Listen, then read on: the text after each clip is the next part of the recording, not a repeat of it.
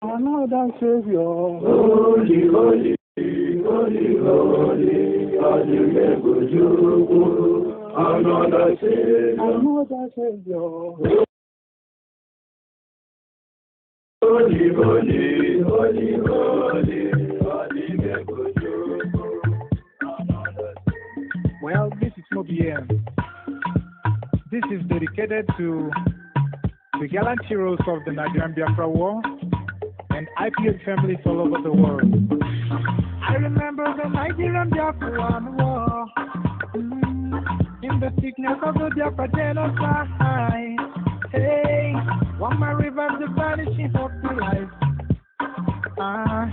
Let the great Biafra army to fight, and they were singing out. holy, holy, holy, all you never do is another Savior.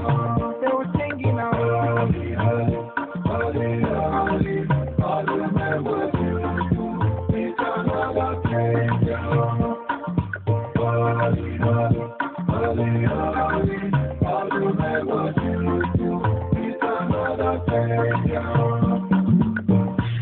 Many years after the genocide, whoa, yet another great leader has risen up now. Oh, and he's leading the Biafra to victory. Nnamdi Africa Kokwana Mloa. Hey, Anamekele Mazuche Befo. Mwanemo, it's an honor having you on board. Wanna sing along. Holy, holy, Nnamdi Kanu, it's another Savior. Wanna sing along. Holy, holy, Nnamdi Kanu, it's another Savior. Wanna sing along. Holy, holy, holy, holy, holy, holy. It's another Getting right from getting on fast now. holy, holy, holy,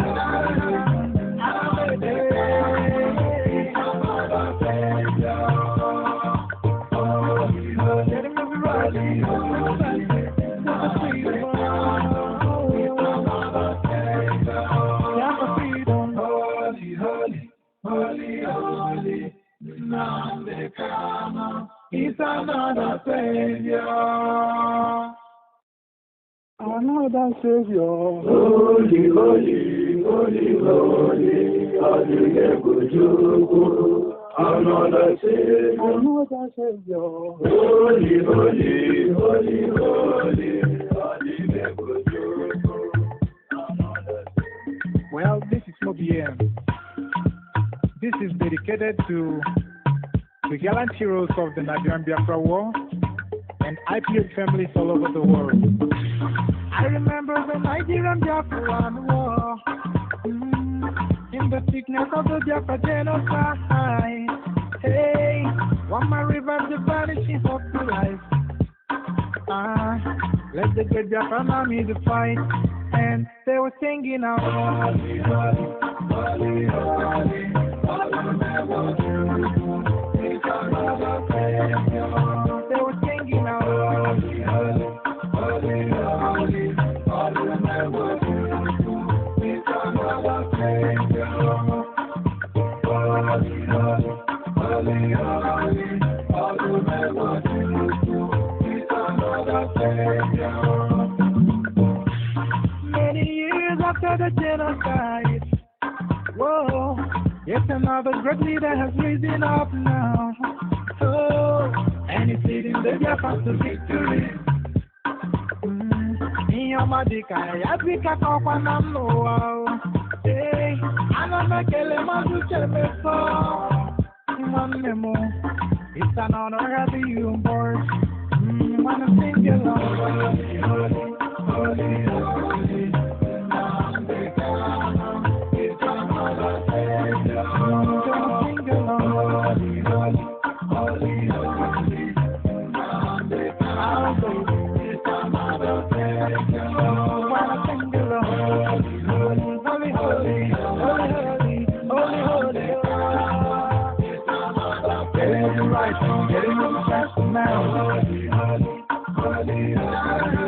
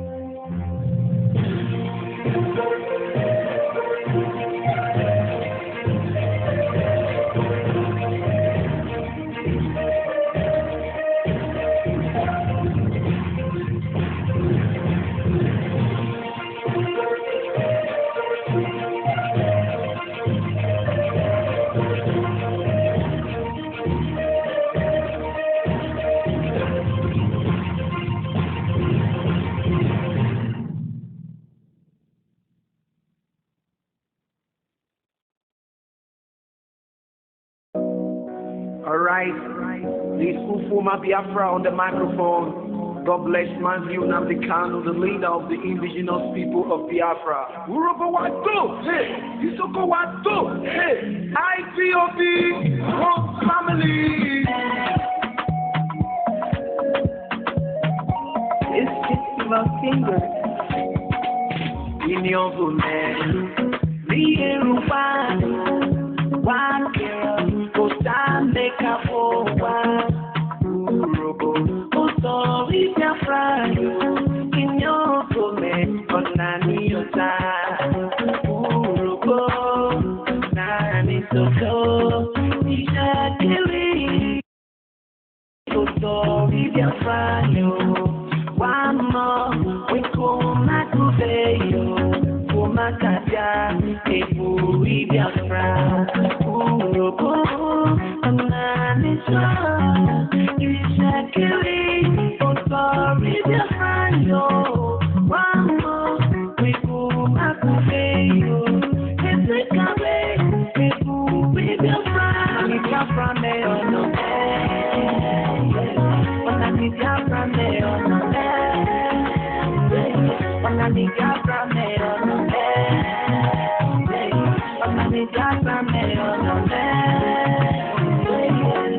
Freedom of Biafra, my own, Mazi Kanu, oh no, freedom of Biafra, my own, Mazi Kanu, oh no,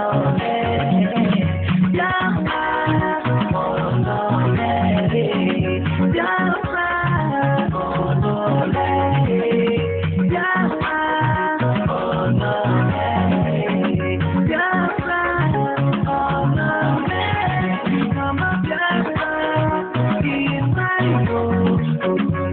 Biafra, oh no. When we speak, we are conquered.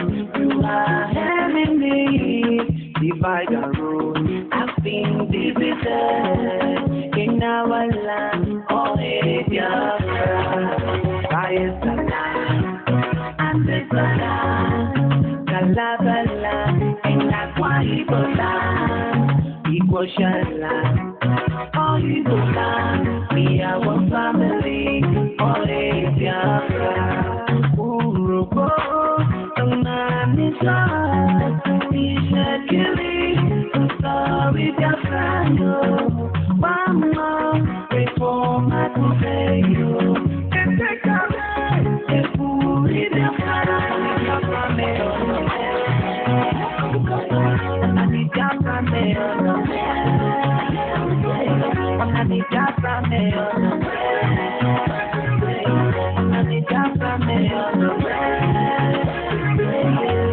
Freedom of Biafra, my own, Mazi Kanu, oh no, freedom of Biafra, my own, Mazi Kanu, oh no, Biafra, oh no,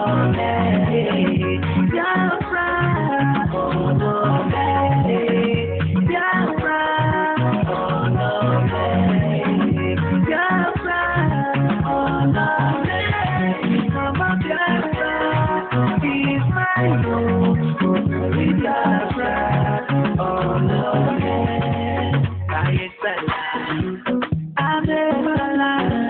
Kalabala, in Aqua Ibola, Shala, oh Ibola, we are one family, oh Biafra, Urobo, Nnamdi,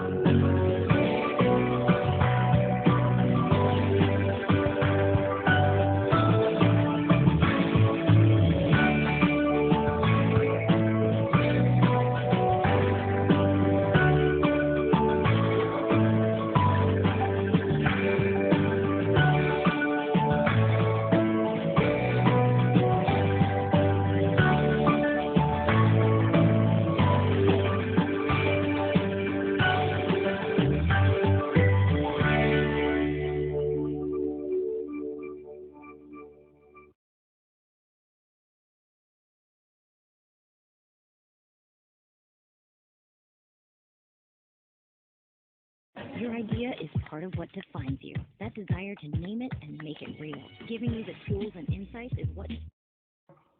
We welcome you to another explosive edition of Radio Biafra presentation this very evening of the 31st day of May in the year of our Most High Elohim 2020. The time now is exactly a minute past the top of the hour. That means it is a minute past 7 p.m. in the glorious land of Biafra, and the same number of minutes wherever you are, regardless of the time zone you are listening to us from. We are coming to you live. We are direct. This is a live presentation. I know that a lot of people, we are shocked that I am once again on air presenting this very evening, but we have a gospel to preach. And we have decided that that very gospel we must preach on this very day. I will encourage you to ask your friends, your neighbors, your relatives, your parents, your siblings, your cousins, and your uncles to gather around their listening devices, wherever they are, to partake and to participate in this very offering this evening. Because we are not like any other broadcaster. We are not like any other that you may have come across. We exist in over 80 countries around the world, and in all those places across the length and breadth of this very planet Earth, people are listening to Radio Biafra. Some of you may have joined us via my Facebook page, Mazi Nnamdi Kanu, and of course, the official one, not the fake one, created by DSS to deflect and to divert attention away from this very monumental work that we are doing to restore our nation. We are on Radio Biafra app. You can receive us via tuning app. We are on Simple Radio. We are on Garden Radio, if I'm not mistaken, it's Radio Garden, each of the two, or either of the two, I must say. We are also on satellite. Radio Biafra is also on FM in Biafra land. Across all this plethora of platforms, you can and should be able to receive Radio Biafra if you are determined to join us. Once again, I welcome you. And I say good morning, good afternoon, good evening, and good night to some of you because we are broadcasting into every time zone around the world. Should you wish to listen to us, you should be able to do so without any hindrance whatsoever. I welcome you. My name is Nnamdi Kanu. I am the leader of the indigenous people of Biafra. And by the very special grace of Chukwutika Biama Pruminjanine, a servant of the wonderful people of Biafra. This evening, before we go any further, we are going to pray. We are going to call upon Elohim to direct our proceedings this very evening, as we have always done and will continue to do until the end of time. Wherever we are, I do recommend and suggest that you close your eyes if you can, or that you bow your head in prayer. And I will pray in the language of heaven. The same way in Roman Catholicism many, many years ago, they used to pray in Latin. The same way till this very day, Judaism, we pray in Hebrew. The same way, and as I am sure, if you go to Orthodox Church, they pray in Ethiopian language. If you go to the Coptic Church, they pray also in Greek language. And if you're part of evangelicals, you pray in what I call American English. Here, in keeping with the tradition of the ancients, and because we are bowing before the throne of heaven, we will defer and pray in the language of heaven. Chukwutika Biama nke pụrụ ihe niile, onye eluigwe n'ụwa na-akpụ isi ala nye, onye ọ bụ naanị ya karịrị ihe niile nke a na-etu ya. Chineke nna nke na-epụrụ anyị ihu ma pụrụ anyị azụ, anyị wee na-akpọku aha nsọ gị, wee na-arịọ gị n'ebe obibi gị bebekọtasị ebe niile elu, wee na-asị gị eze ndị nsọ bikonu, were aka nri nke ezi omume gị bịa ka iwe leta ndị gị, n'ihi na anyị emehiewo wee megide gị, iwe gị wee karịsịchaa n'ebe anyị nọ, mana anyị wee na-akpọku gị ma n'ime mmụọ ma n'ime eziokwu, na-arịọ gị biko n'uwe ma anyị na ọmịiko gị n'ime ndụ ndị gị niile bụ ụmụ gị bụ IPOB n'ụwa niile, ụmụ gị bụ ndị Biafra, wee na-asị eze ndị nsọ ka inye gị wee chaa n'ebe anyị nọ, ka i were aka nri nke ezi omume gị wee kwagide ndị gị nna nke ebere dị ngọzi na ihe karịrị anyị bịakwutere anyị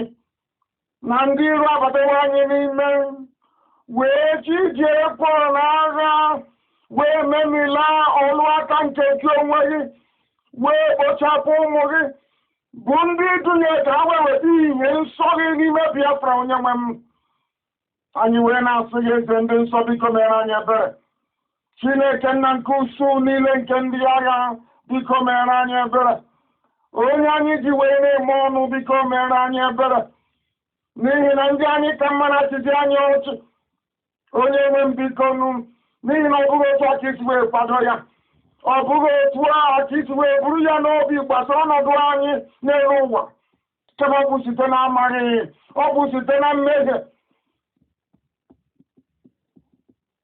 ọ bụ site na arụrụ ala ọ bụ site n'ozi ọjọọ niile dị iche iche ajọ mmụọ na ajọ mmadụ mere eji wee dịka nye nwanyị ọ na-ala azụ nna nke ebere dịka wee na-arịọ gị biko onye ndị mmụọ ozi na-akpụ isi ala nye Chineke nneze ebube dị ngọzi were biko n'ịhụnanya gị na ebere gị wee bịa ka i wee leta anyị ka iru gị wee chaa n'ebe anyị nọ kama gị wee zuo oke n'ime ndụ anyị ka anyị bụrụ ndị ga-anọ ndụ n'ala nke ndị dị ndụ wee hụ Biafra onye nwe m ka anyị wee fee gị ofe n'ụzọ ziri ezi wee kpụ isi ala nye gị mgbe niile wee gaa n'ime ahụ Chukwu nna nke ebere dị ngọzi dịka o si wee dị na mgbe gboo wee rụọ ọrụ nnukwu ebe mgbe dị ngọzi wee fee ofufe kịta wee wezi wee kwado eze ebere agaghị efe arụsị anaghị akpụ isi ala wee nye ihe ọbụla bụ anụkpa ahụ anyị anaghị efe ihe nwaanyị mụrụ anyị anaghị efe ihe ọbụla nwoke ji aka egbe egbutu osisi wee pịa n'ihi na anya onwe anyị na-efe gị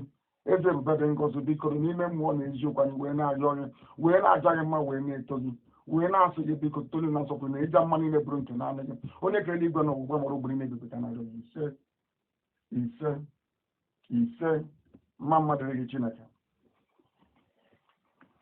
We have to proceed very speedily and without hesitation to preach this very gospel. Rather, unorthodoxly, this very evening, we are going to start in a way that most would not actually expect us to. We want to lay the background upon which everything that is rotten about the zoo is predicated. We want to lay for the whole world to understand that when people talk about the zoo called Nigeria, that when saboteurs are rising up and defending what is in essence the indefensible, that they understand the enormity of the problem confronting the people that inhabit the damnable zoological republic. Our enemies are not sleeping.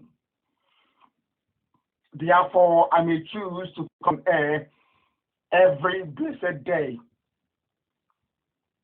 If it is warranted, I will do so. Our enemies are not sleeping at all. The people is not sleeping. The Asabo is not sleeping in our land. All the traitors are not sleeping. Therefore, we shouldn't sleep either. We shouldn't be called sleeping. Our enemies are numerous. They are fighting us in every way possible. We must overwhelm and overcome them. That's what we're going to do this evening. You must listen very, very carefully.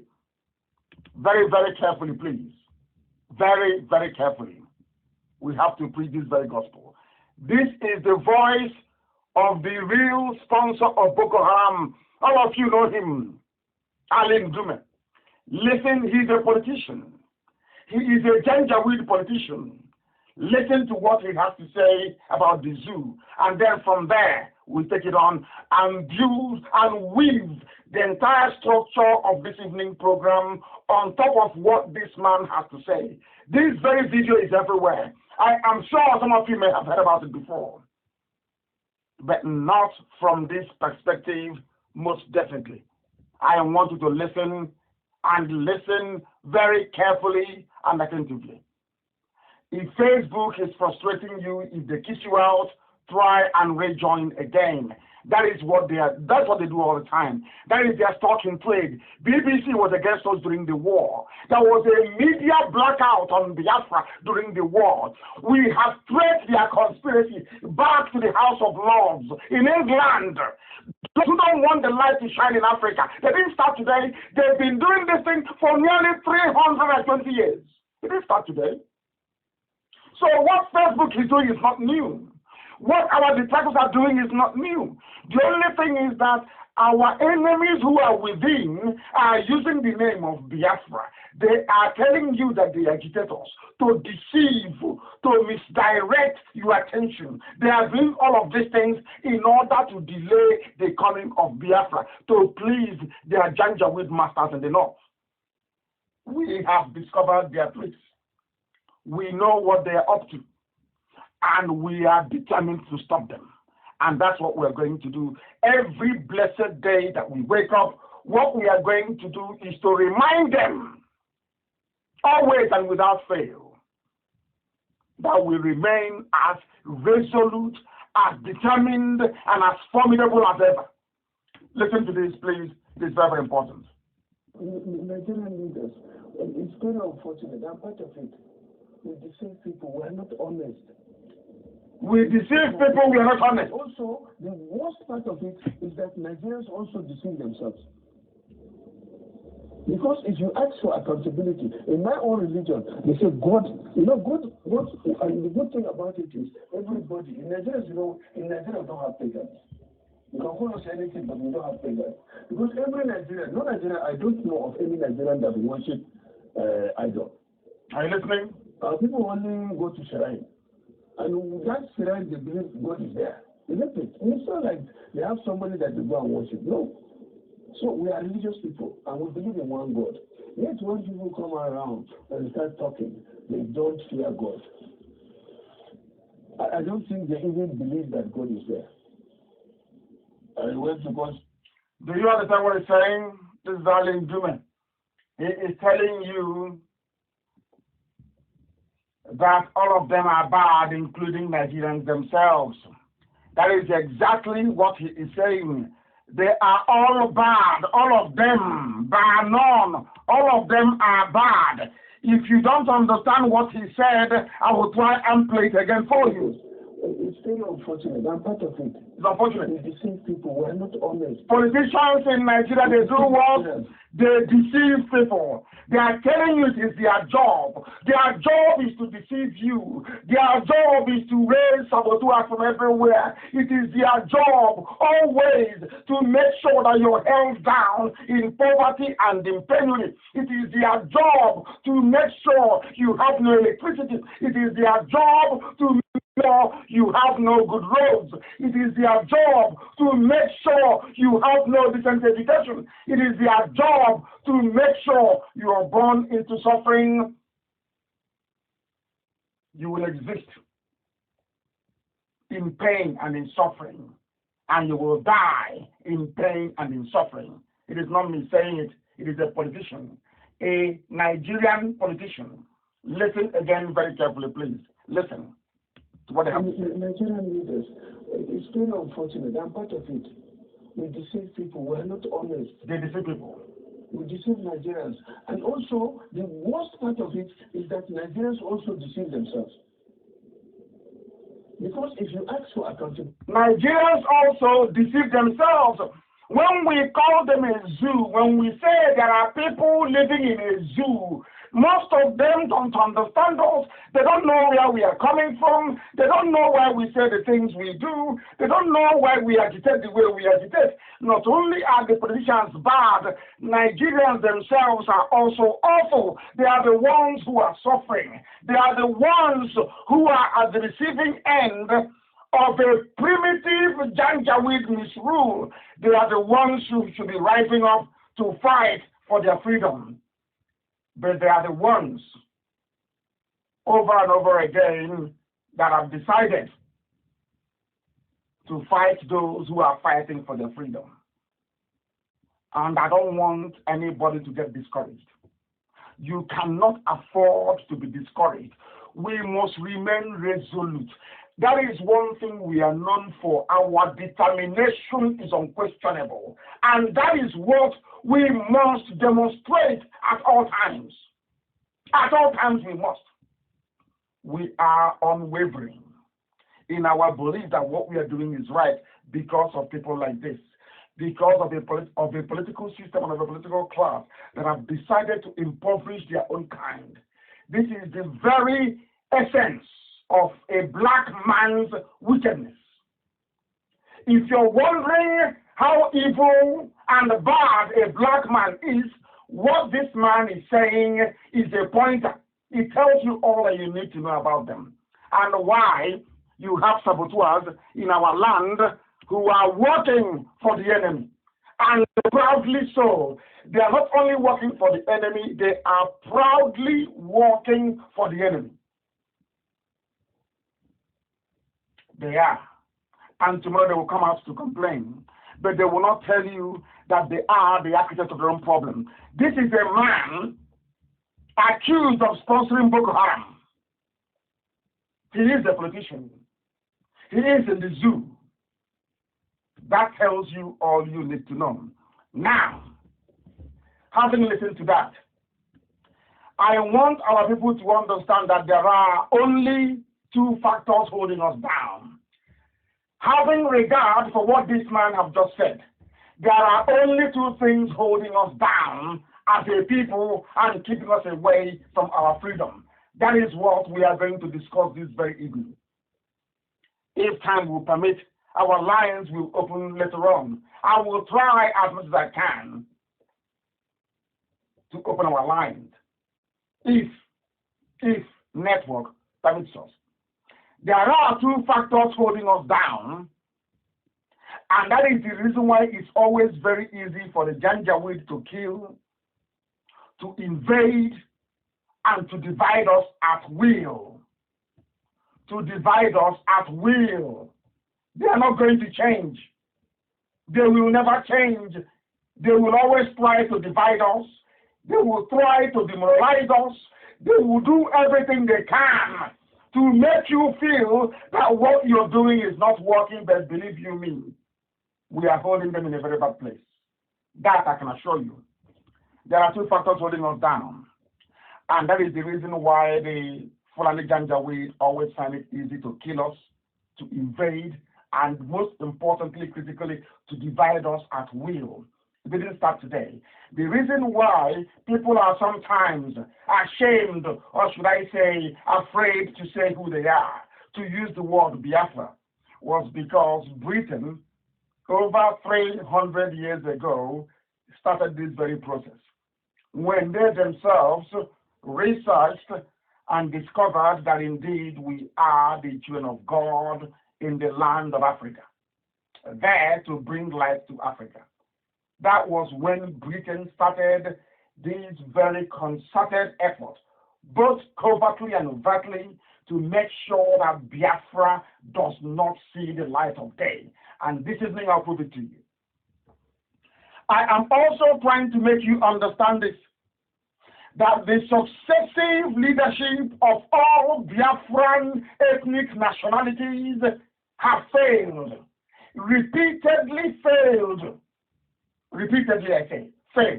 to address the issue of division, the issue of segregation, the issue of subjugation, the issue of the subversion of the name Biafra. So that when we agitate for Biafra, the world can understand the reason why we are doing so. That our enemies as well can appreciate the reason why we are doing so. Another problem that we have is Igbo man's love for gossip and backbiting, bitchiness. I didn't say Igbo women, I said Igbo men. Their love for gossip and this affinity they have to backbite, which links to what I've always preached all the time. It has to do with greed, envy, and jealousy. That is why you have Janjaweed in our homes, in our villages, in our communities, in our market squares, in our bushes, in our forests, everywhere you have them. Up until now, up until this very minute, those who hold political power, there has never been any concerted effort to try to drive those people away.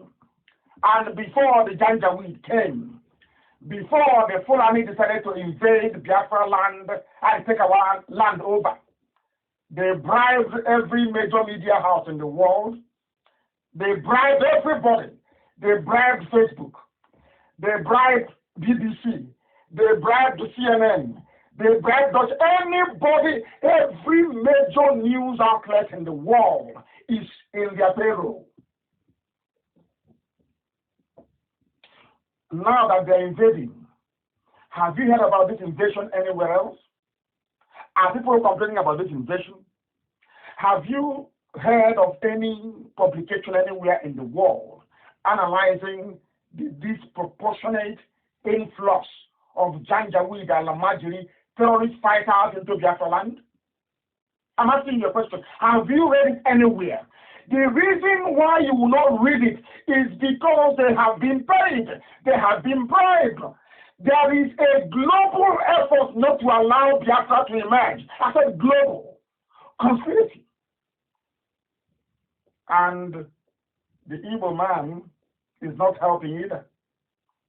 The evil man is not helping either. They are the ones who are being recruited to do the work of the Janjaweed for them. They are the ones who are going all over the place lying against Biafra, trying to deceive the same people that they ought to be saving. These are the issues confronting us as a people. And it is my duty and responsibility to highlight it to the hearing of the whole world, that mankind may know that there was a time that we preached this very gospel. We warned our people, but they did not listen.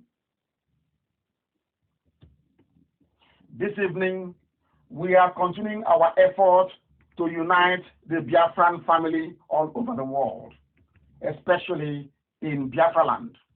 I said especially in Biafra land, because there are some things that people do not know. There are many things we do not appreciate nor understand, nor have the urge or need to understand it.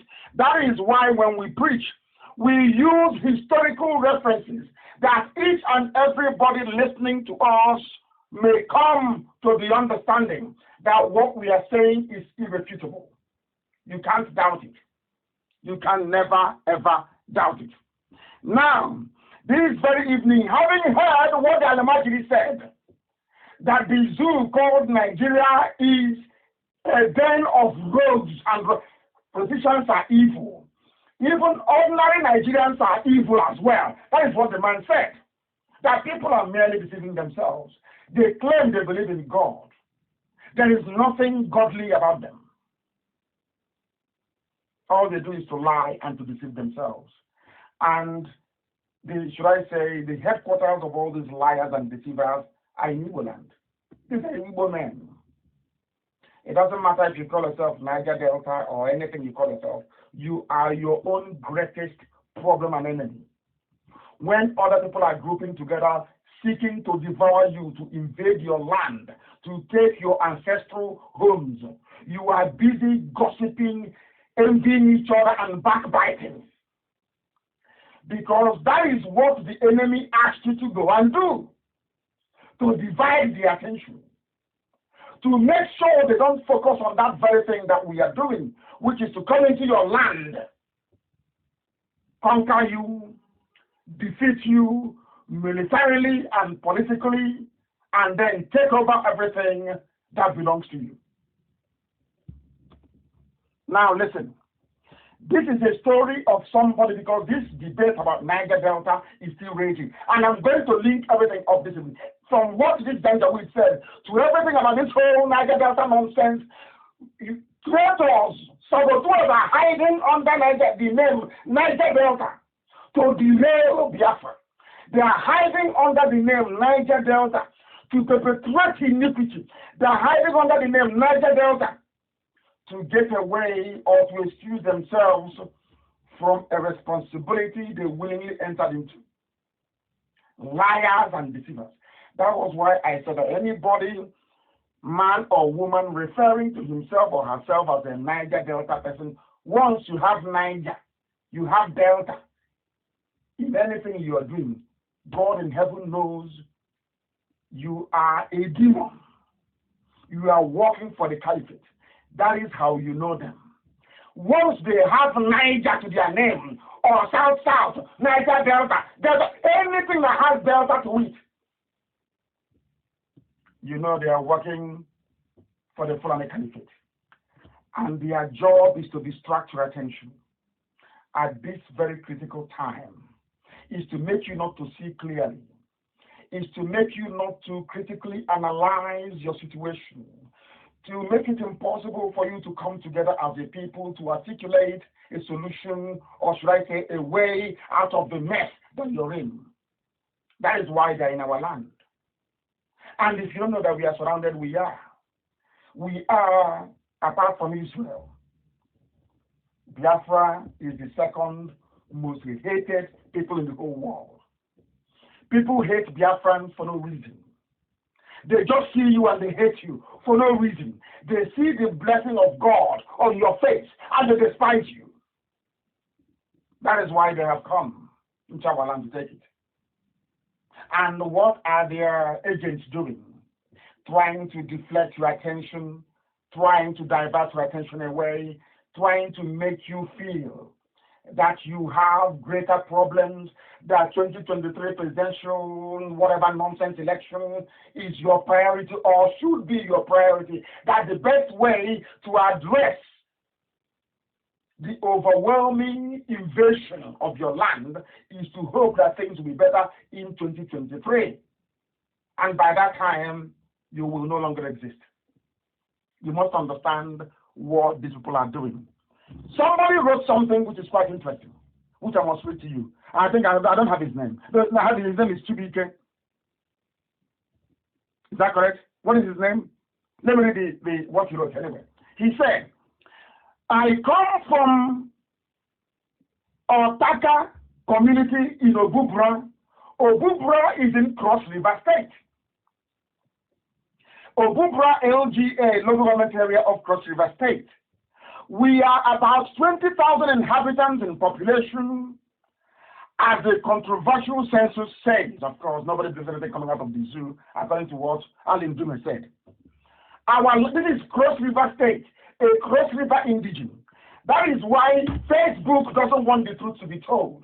That is why all of them are ganging up against us, ganging up against what IPOB is doing. But we don't care. We don't give a damn. If they say it's only one person listening, I will preach. It's not me to preach for 2 hours. I will preach for 3 hours. The more they reduce the number of our listeners, the more I will preach. You think this is 67? You can intimidate. You can use your media blackout as they're slaughtering Biafrans, as our parents are dying on the battlefield trying to defend us. You are busy lying to the whole world. All of you, we are lying to the whole world. Every Yoruba media, every Hausa media, the Middle Belt today who are being slaughtered. I said the same Christians in the Middle Belt that I'm fighting for when I go to America. The same Christians in the Middle Belt.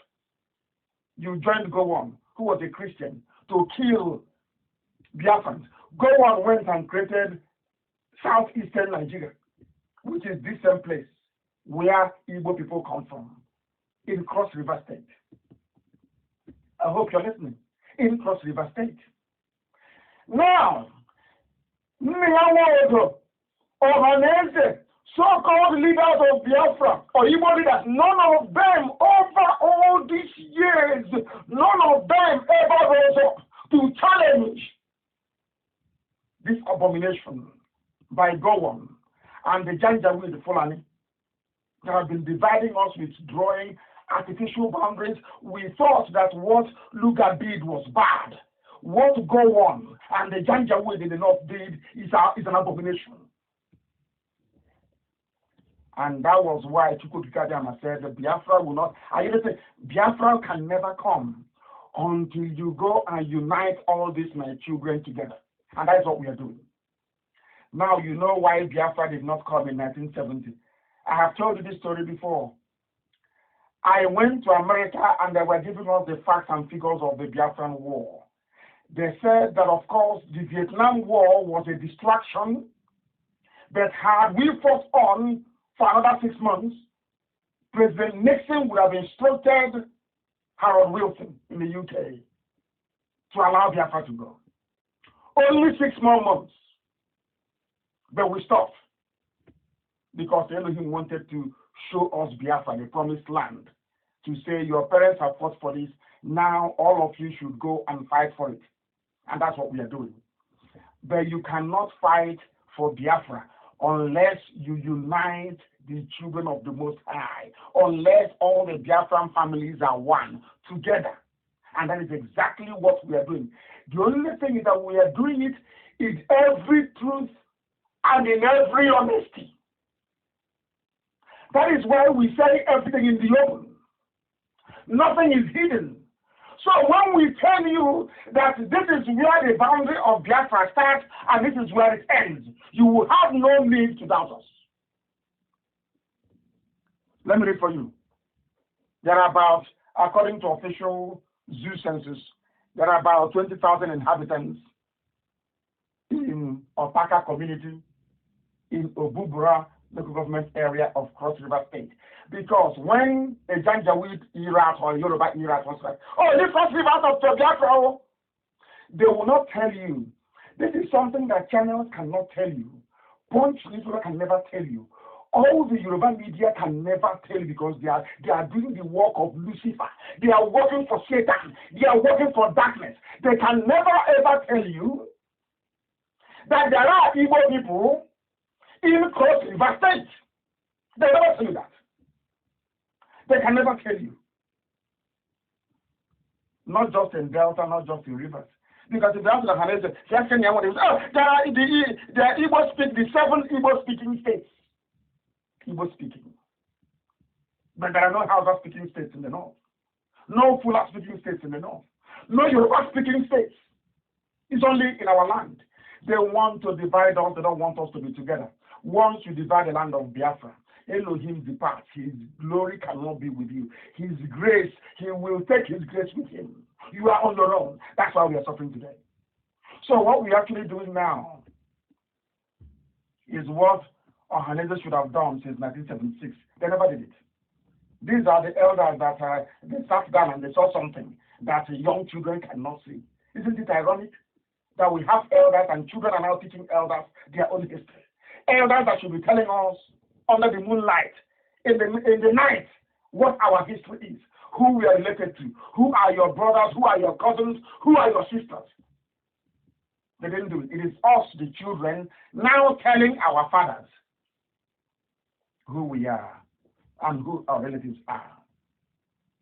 It is a shock and utter abomination. Utter abomination. My goodness. Let me read this to you. Our language is Igbo in Cross River State, in Otaka community in Obubura, in Cross River State. The language is Igbo language. They speak the same Igbo that some parts of the Igbo people are speaking. That's all. And in Otaka village, in Obubura local government area of Cross River State, they have 4 market days. Eke, Oye, Afandongwa. And in Otaka village, in Obubura government area of Cross River State, they circumcise all their male children on the 8th day. They celebrate New Yam Festival. They are called Isogo people. Isogo is the same thing. The same we have in Isoko, in the so-called Delta State. I hope you're following. Not that we want to force anybody to be part of Biafra, but we want to let the God Almighty in heaven know that assignment that he gave to us, that we must go and locate all his children. Shine this light of knowledge of Biafra to them. Then let them decide where they wish to belong. They must decide where they wish to belong. That is exactly what we are doing. Some people will listen, they will keep calling, even when it's not time to do so. That is what Ali Ndime was saying. People who don't listen to very simple instructions. But we must proceed. And proceed we must. Don't please, but if they remove you, you come back in again. That is what Facebook does. It doesn't matter what they do, we are proceeding. We are proceeding with our program this evening. I challenge Facebook to take it down from now 5.9K, take it down to 100, and I'll still be preaching. We are beyond being demoralized, if you don't know. Otaka community in Obubura government area of Cross River State is Biafra. It is an Igbo territory. They call them the Great Sub-Igbo speaking groups. Domiciled in Niger Delta, that's what they call them. These are Igbo people. They are calling them Niger Delta. And it's even a very good thing that even the pig today came out to say he's an Igbo man. And I said, no wonder. Only an Igbo man can be as stupid as you are. Only an Igbo man can collect money and deny that he didn't collect any. I'm coming to you later on. Only an Igbo man will now deny that you don't know who Uchenna Asiebu is. You are now denying that Uchenna Asiebu never gave you any money. Only an Igbo man will do that and say he's a Niger Delta. Talking rubbish. Only an Igbo man will deny money given to him. Almost a criminal. By day and by night. You deny I never spoke to you. You deny I never sent people to your mansion in Cotonou. I did not speak to you. You don't know who a Dosian is. You don't know who Abayim is that came to see you in the republic that I sent to come and see you. You don't know who Nzulike is anymore. You deny speaking to me on the phone. Before you went into that meeting in Cotonou, you deny it. You are an Igbo man, so I'm not surprised. Full of deceit. Self-deceit. So you no longer know. You said, of course, I did not give you money directly from prison. I asked somebody to give it to you. His name is Uchenna Asiebu. Have you forgotten? You people are the problem. You are an Igbo man, but you're hiding under Niger Delta. Talking rubbish. But you're an Igbo man. If you look like a pig, you're an Igbo man. No wonder. I'm not surprised. All you people know is to backbite, envy, gossip. An Igbo man will sit down. He'll be sharing a pussy, talking rubbish and gossiping. That's all you do. I'm not surprised. All your useless militancy was just pure 419 you're doing. You're a criminal. So you think everybody else is a criminal. And in broad daylight, you deny the money that I asked you last year. So you think, so I will be in prison and I will leave prison as a witch. As I will fly to you and give you money. You want to play smart. You want to show us you're clever. But you're not clever. Uchenna Asiebu gave you the money. Come out and do a video and say Uchenna Asiebu never gave you any money. Bring Quran with you. I'm telling you, that God you worship will strike you dead. Bring Quran with you. And swear that Uchenna Asiebu never gave you on my own instruction. Swear I never spoke to you. I want you to swear that I never spoke to you from prison. I spoke to you. You're a liar and a thief. You're a thief. I give you names. I knew you would lie and you would deny. Like some of you claiming you are like that, but you're Igbo. In Cross River State. In Cross River, you're Igbo. You speak Igbo language. You have 4 market days. You circumcise your children. The same way some fools from there are saying, oh, we are like that town. We are related to people from Ondo. It's how in your own deception and stupidity you found out. Did I not send a dossier to you? This Creek pig, did I not send a... You don't know who is a dossier? Kick a dossier. I sent them to you. I sent Hawaiian to you. I sent them to Nnamdi to you. 3 of them came on my order to travel from Europe to Cotonou to have a meeting with you. Why did I give you 20 million? I gave you 20 million as a starter of all the plans that we had. And you're busy lying. Did General Playboy not come to your house? Did General Playboy not come to your house? He asked and we sent him that we gave you money. Are you going to deny it? And you ask your boys to shut the door that you're not at home. Did Playboy go to your house or not? Did we give you money to protect us at Mpo or not? I'm giving you facts and figures. How much were you given from Mpo? 5 million. I approved it. From Mpo to defend us 2016 at Mpo. The massacre that Amnesty keeps talking about till today. At Mpo. Have you forgotten?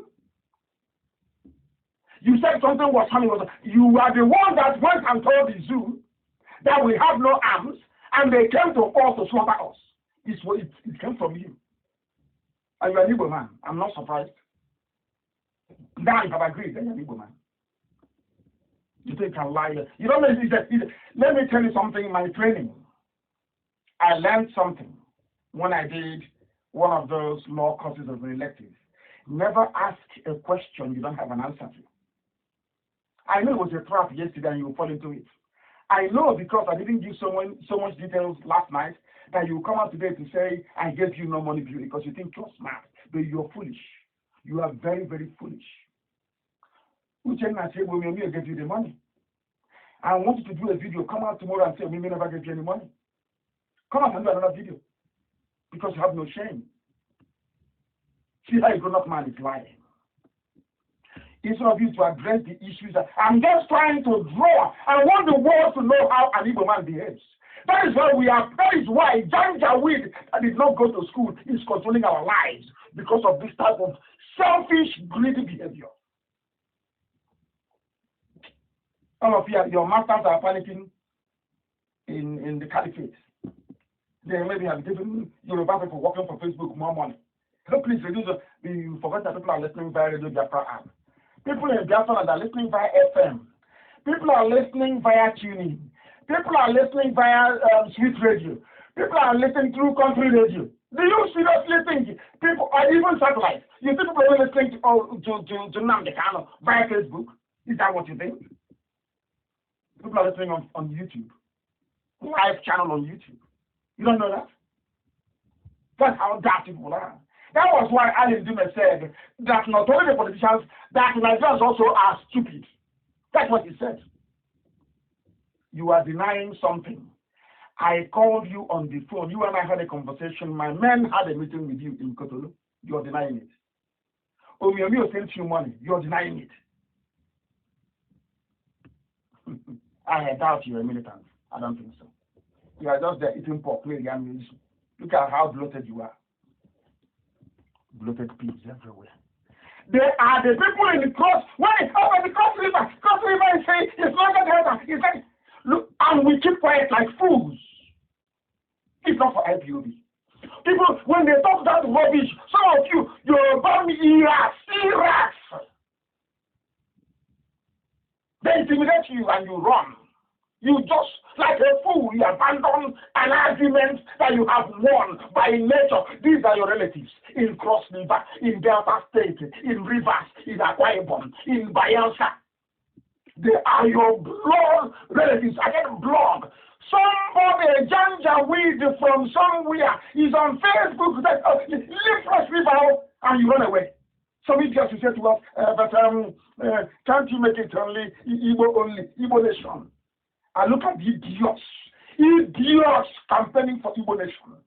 And I ask them, do you know you have relatives in Benue?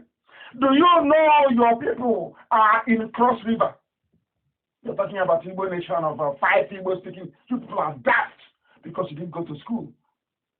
Some of you are professors, but you know nothing. Absolutely nothing. Are you more Igbo than someone from Abo? You're far away. Are you more Igbo than somebody from a bank? Igbo, that's the name. Are you more Igbo than somebody from Otaka in Obubra? How are you more Igbo than that person?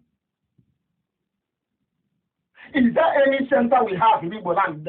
So, as a police center as you are to that very location, that makes you more Igbo? The answer is no.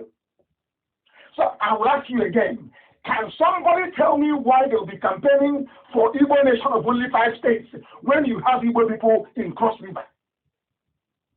Who are they? People now have some idiots. They go to Sahara reporters. They be writing nonsense. They be writing garbage, writing pure crap. They're intellectuals.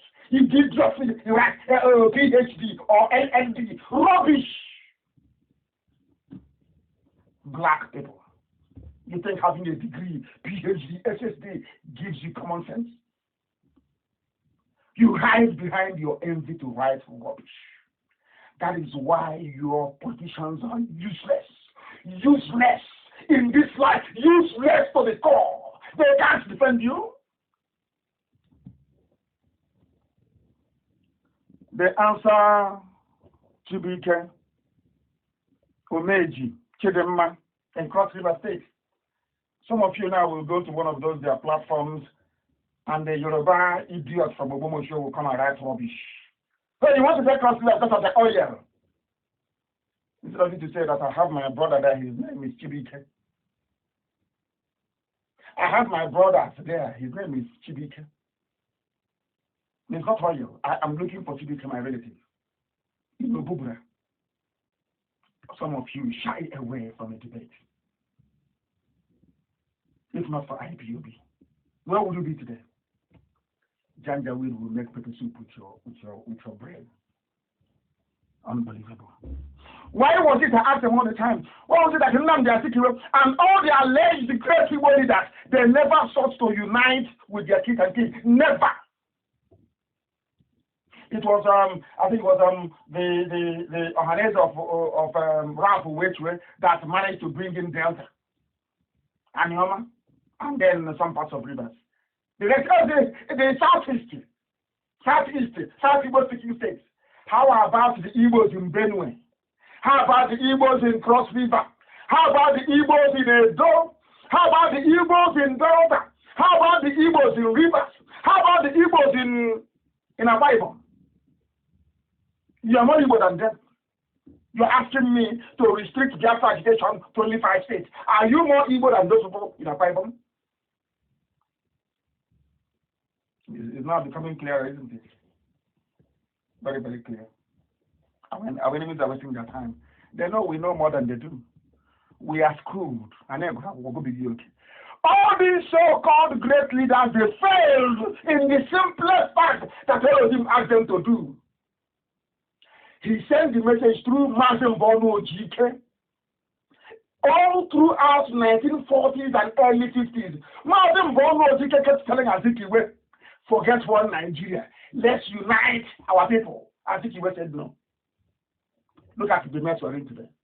And somebody wants me to regard Azikiwe as a great man. I don't think you know what you're talking about, honestly speaking. Now, let us look at what happened. I told you that they have ganged up. People don't understand the level of conspiracy against Biafra, the war to Biafra. And I kept asking myself, why is it that any time these people, they hear the word Biafra, they want to go mad? There is something about Biafra that is driving the British man mad or something. What is that thing? What is it about Biafra that when you go to the UN and you mention the word Biafra, everybody will run away from the room? That was why I knew that anybody was lying. You didn't discuss Biafra. Because if you go to the capitals of the world and discuss Biafra, when they finish dealing with you, if you come outside, you will suffer from typhoid and malaria and convulsion immediately. You ask yourself, but why this hatred for Biafra? What did we actually do anything? They are the ones that killed us, 5 million people. Yet they are afraid of us. That is how I know. We are lobbying. I'll tell you, you're lying. Because if you go to the UN and call a meeting at the UN and you put on the display board the word of Biafra, they will stand up and they will walk out.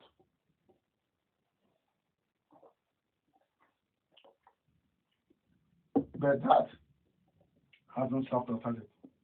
We are still going. Stronger than ever. Stronger than ever. They can't stop us. They can never. And they know it. When people come to you and they're lying to you, I expect our people raised with some gumption to understand that these are agents of darkness. I said something about the pig, a simple trap. I said to him, I gave you 20 million, and I know that being the criminal he is, he will say, oh, no, the child did not give me any money. He will not tell you that I instructed Uchenna Sebu to give him that money. If he was an honorable man, he would have said, Uchenna Sebu gave me money, or talk to me about money. Mpo massacre.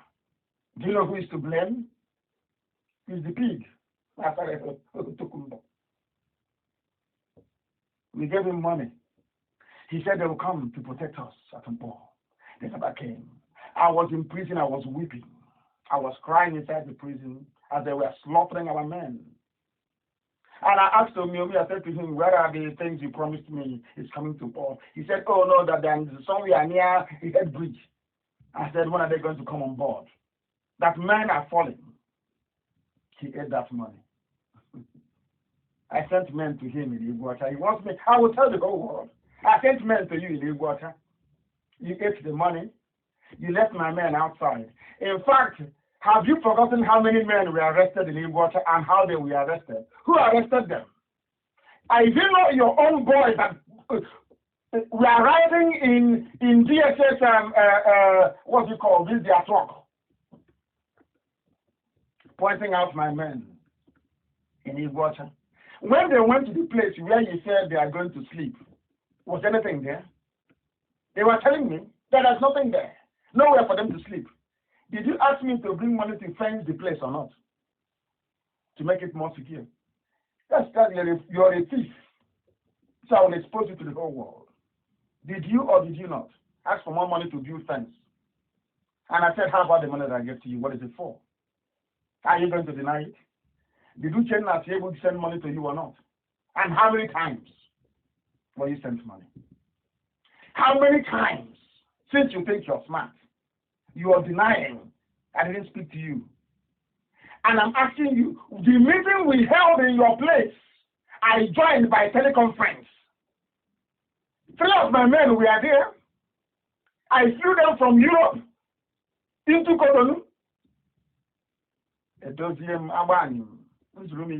True or false? Simple question. You're a liar. Just like your counterpart working for the Janjaweed. Nkabu constitution office flat fire. He won't allow people to speak. Always yapping like a canary. I made allegations against him last night. The only thing he remembered to refute was the 100 naira that Modo talked about. How about the rest? Where in America were you? You claim you are fighting for Biafra. Where in America? Show us a copy of the document you submitted. Till now you've not done it. Or you are trying to do like Femi Adesina. You want to forge it? You want to go to Olowole and tomorrow morning they've opened now. There's no more restriction. So you want to go and forge papers? Bring it out, let's see. It should be in the folder. Just roll it out. Let's see. You claim you want to talk Biafra in America, yes? Bring out the documents now. Let's see. You think you're smart. You claim you also claim that you got me out of prison. It's your first today has written. He doesn't know who you are. So I ask you, what do you gain by lying? What is the gain? So the Janjaweed handling you told you to go and keep lying. People are talking rubbish when our land is under siege. What we need is guns and weapons, and you're talking rubbish, talking jazz with BBC, talking nonsense. How do you view the economy? Economy where?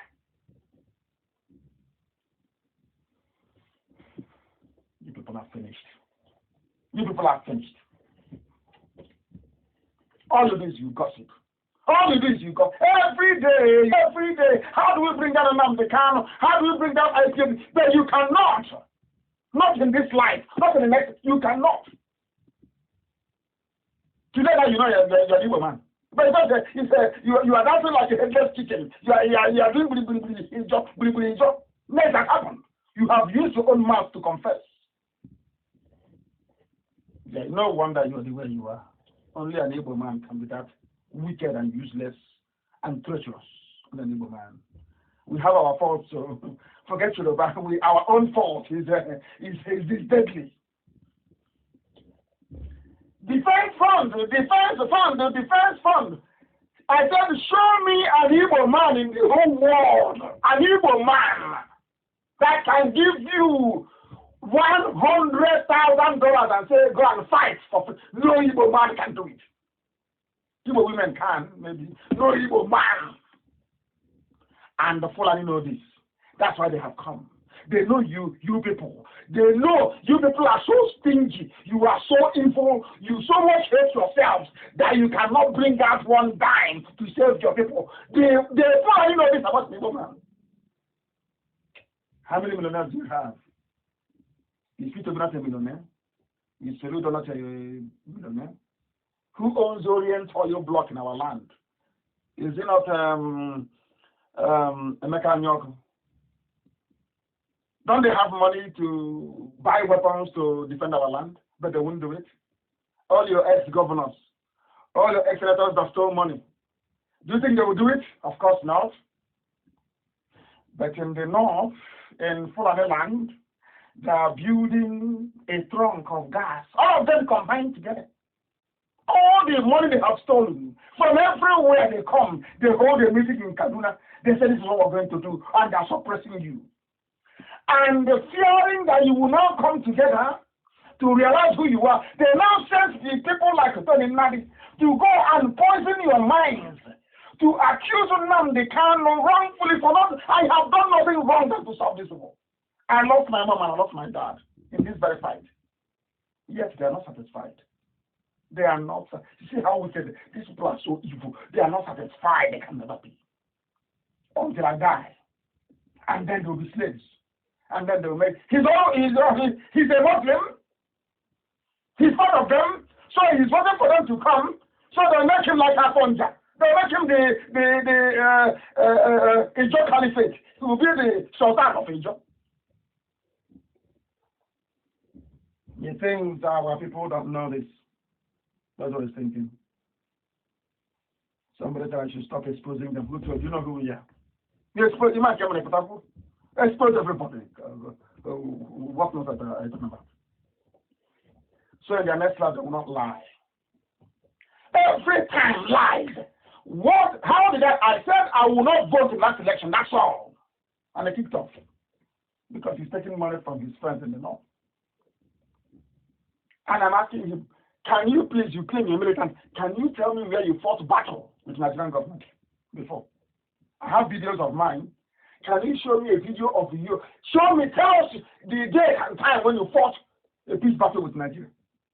If not for Henry Yoka, you are nobody. Henry Yoka made you who you are. You were busy stealing oil from doing a bit of bunkering.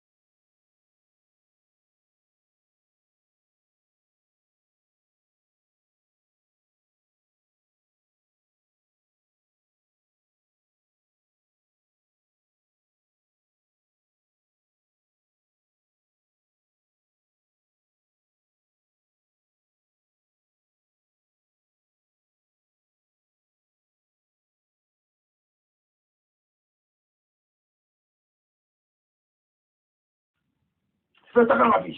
Do you know the word Biafra is from here? I'm just laughing at them.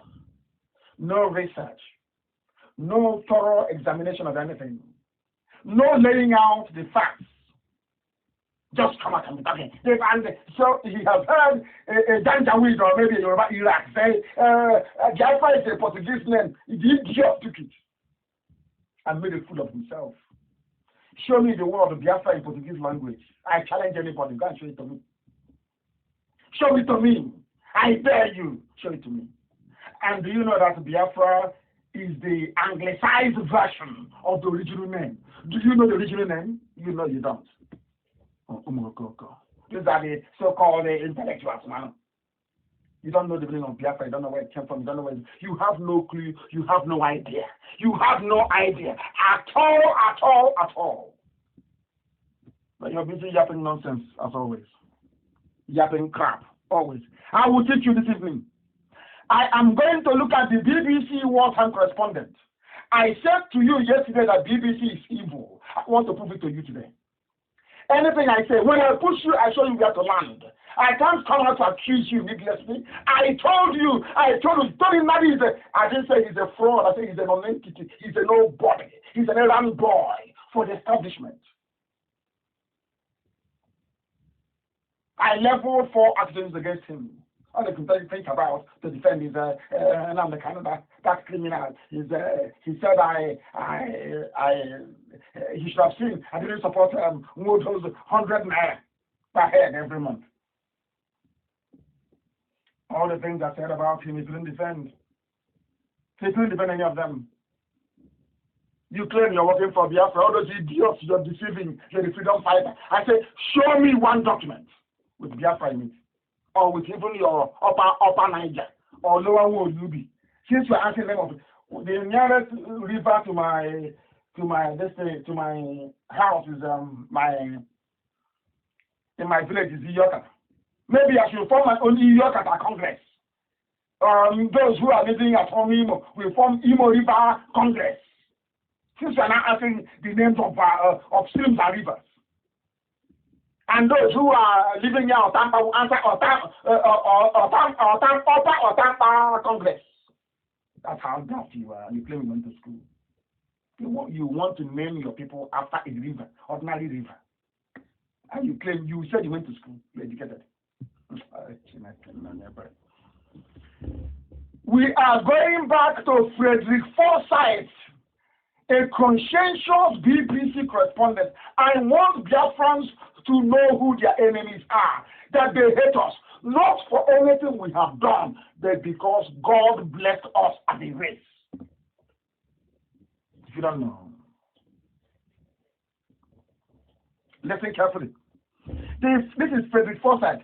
The federal government in Lagos, that is Gowon's government, was a brutal military dictatorship. Has anything changed here today with Aisha's boyfriend? Has anything at all changed? Look at what is happening today. Anytime the North is in power, there is absolute totalitarianism. The worst form of governance. This was happening in 1967. Frederick Forsyth was writing. The same thing you're here. That was why the man said, Alim Dume, that Nigerians, politicians, and also Nigerians are all, you are all deceiving yourselves. That's what he said. Now listen.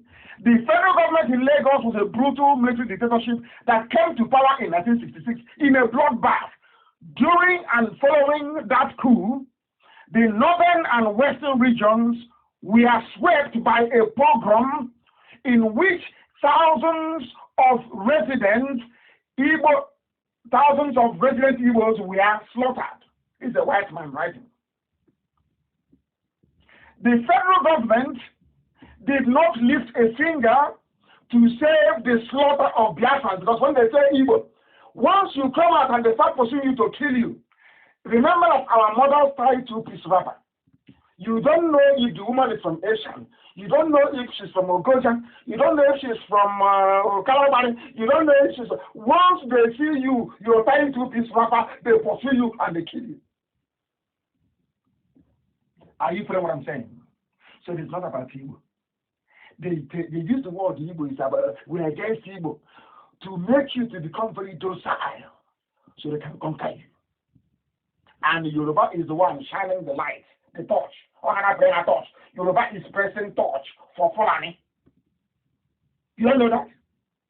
Yoruba, they are the ones pressing their torch for Fulani to invade.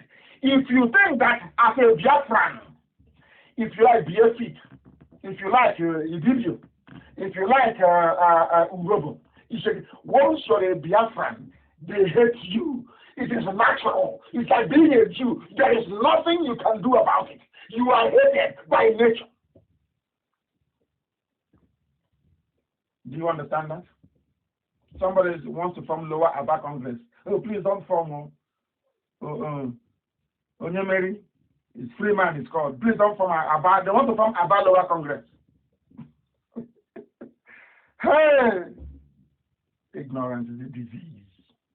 Even with your so-called BSc, LLB, BA. It doesn't mean you have anything in your brain. Doesn't mean anything. Listen, they were killing Igbo people. Once your mom ties two-piece wrapper, you are a dead meat. The federal government did not protect our people then. Never protected the Biafrans. Never. That even somebody that was British educated, then was a Colonel Gowon. But listen to what a white man said. He said that Gowon was a puppet. Like listen, Gowon was a puppet. The true rulers were a group of northern colonels. The cabal did not start today. Fulani cabal did not start yesterday or did not start with the death of Buhari in 2017. It's been there always. It was the cabal that said, because we want to kill Christians from the south, the best thing for us to do is to get a Christian from the north, from the middle belt, and support him to do the killing for us. The same thing they are doing now. Instead of them to come and say, we are coming to take over your land, they said, no, they are resettling. I'll imagine. So that when you're rising to the world and you're saying, but it's Alamajiri. You might be thinking, but what is Alamajiri? They will not say it is the Fulani people who are coming to forcibly take over your land. That was what they did to go on. They said to go on, you will go for us. These Igbos used to, even the Middle Belt, they were filled with hatred and envy for the Igbo man. Middle Belt, all of them. The thing is, they hate for no reason. The only reason why they hated an Igbo man was because an Igbo man was successful. God blessed him. Wherever he goes to, God will bless him. He will do well. He will be a son. Don't mind their stinginess and their wickedness. That comes with it as natural as well. But they always did well. They said the zoo is jamming our radio back home. I don't know what is going on. I have no idea. But we're going to get far more superior systems than this. Don't worry about that. They know the gospel is hitting them very hard. They forgot that there will be a replay. People will replay and replay and replay and replay, so they're wasting their time. Don't worry yourself too much about that.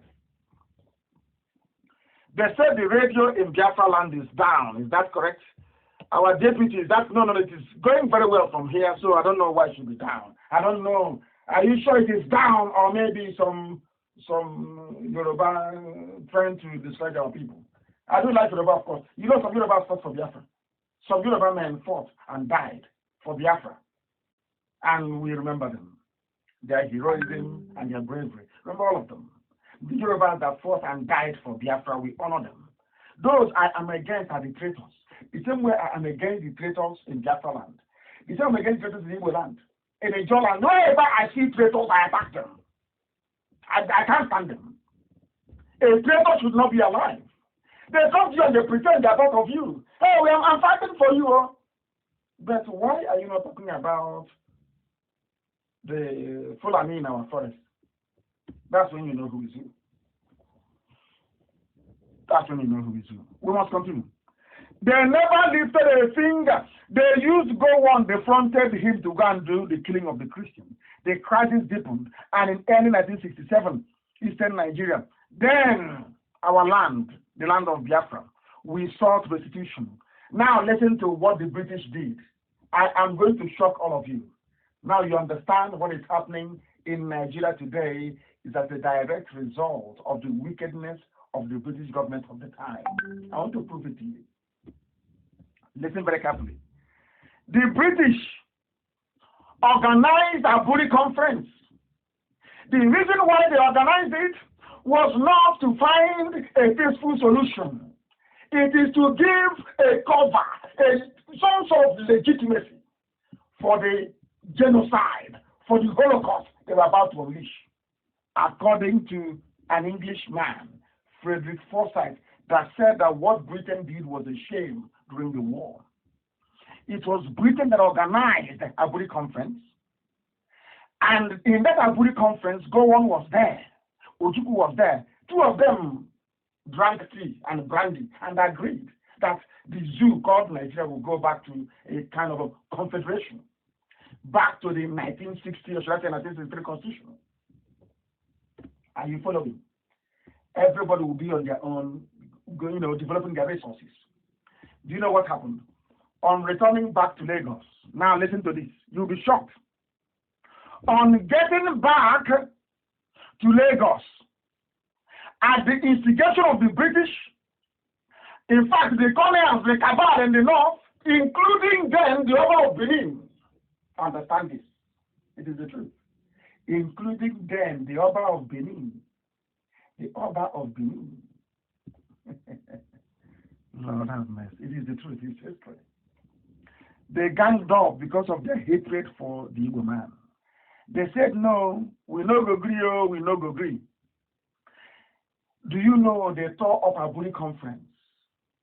And they asked Gowon, I think it was last year, why didn't you honor Aburi conference? He said, because Ojukwu came back and announced it first. Can you see? He's the one they said is leading prayer. And they said somebody invited him to come to Biafra land to pray. I am looking for the name of that person. I can't find. And I'm telling the whole world today, please, can you give us the name of the person inviting Gowon? Give us his name. So you're telling me that in Israel, after killing 6 million people, that although Hitler is dead, his children can be invited to come to Israel? Do you see how foolish we are? Do you see when I say that an Igbo man is a poison unto himself? Do you see what I'm saying? Forget all that nonsense you are saying. It's that matters. They are poison unto themselves. You want to go and invite somebody that killed 5 million of us in a period when we are crying over the death of our people? Somebody wants to go and bring Gowon to come and pray in Biafra land. Go and bring him now. Go and bring him. No problem. Go and bring him. And then you will know what will happen to you. They are a useless set of people. It was Gowon that destroyed the Aburi conference based on the advice from the generals, from the colonels, from the north, the cabal from the north. Fulani, on advice from the British, said no.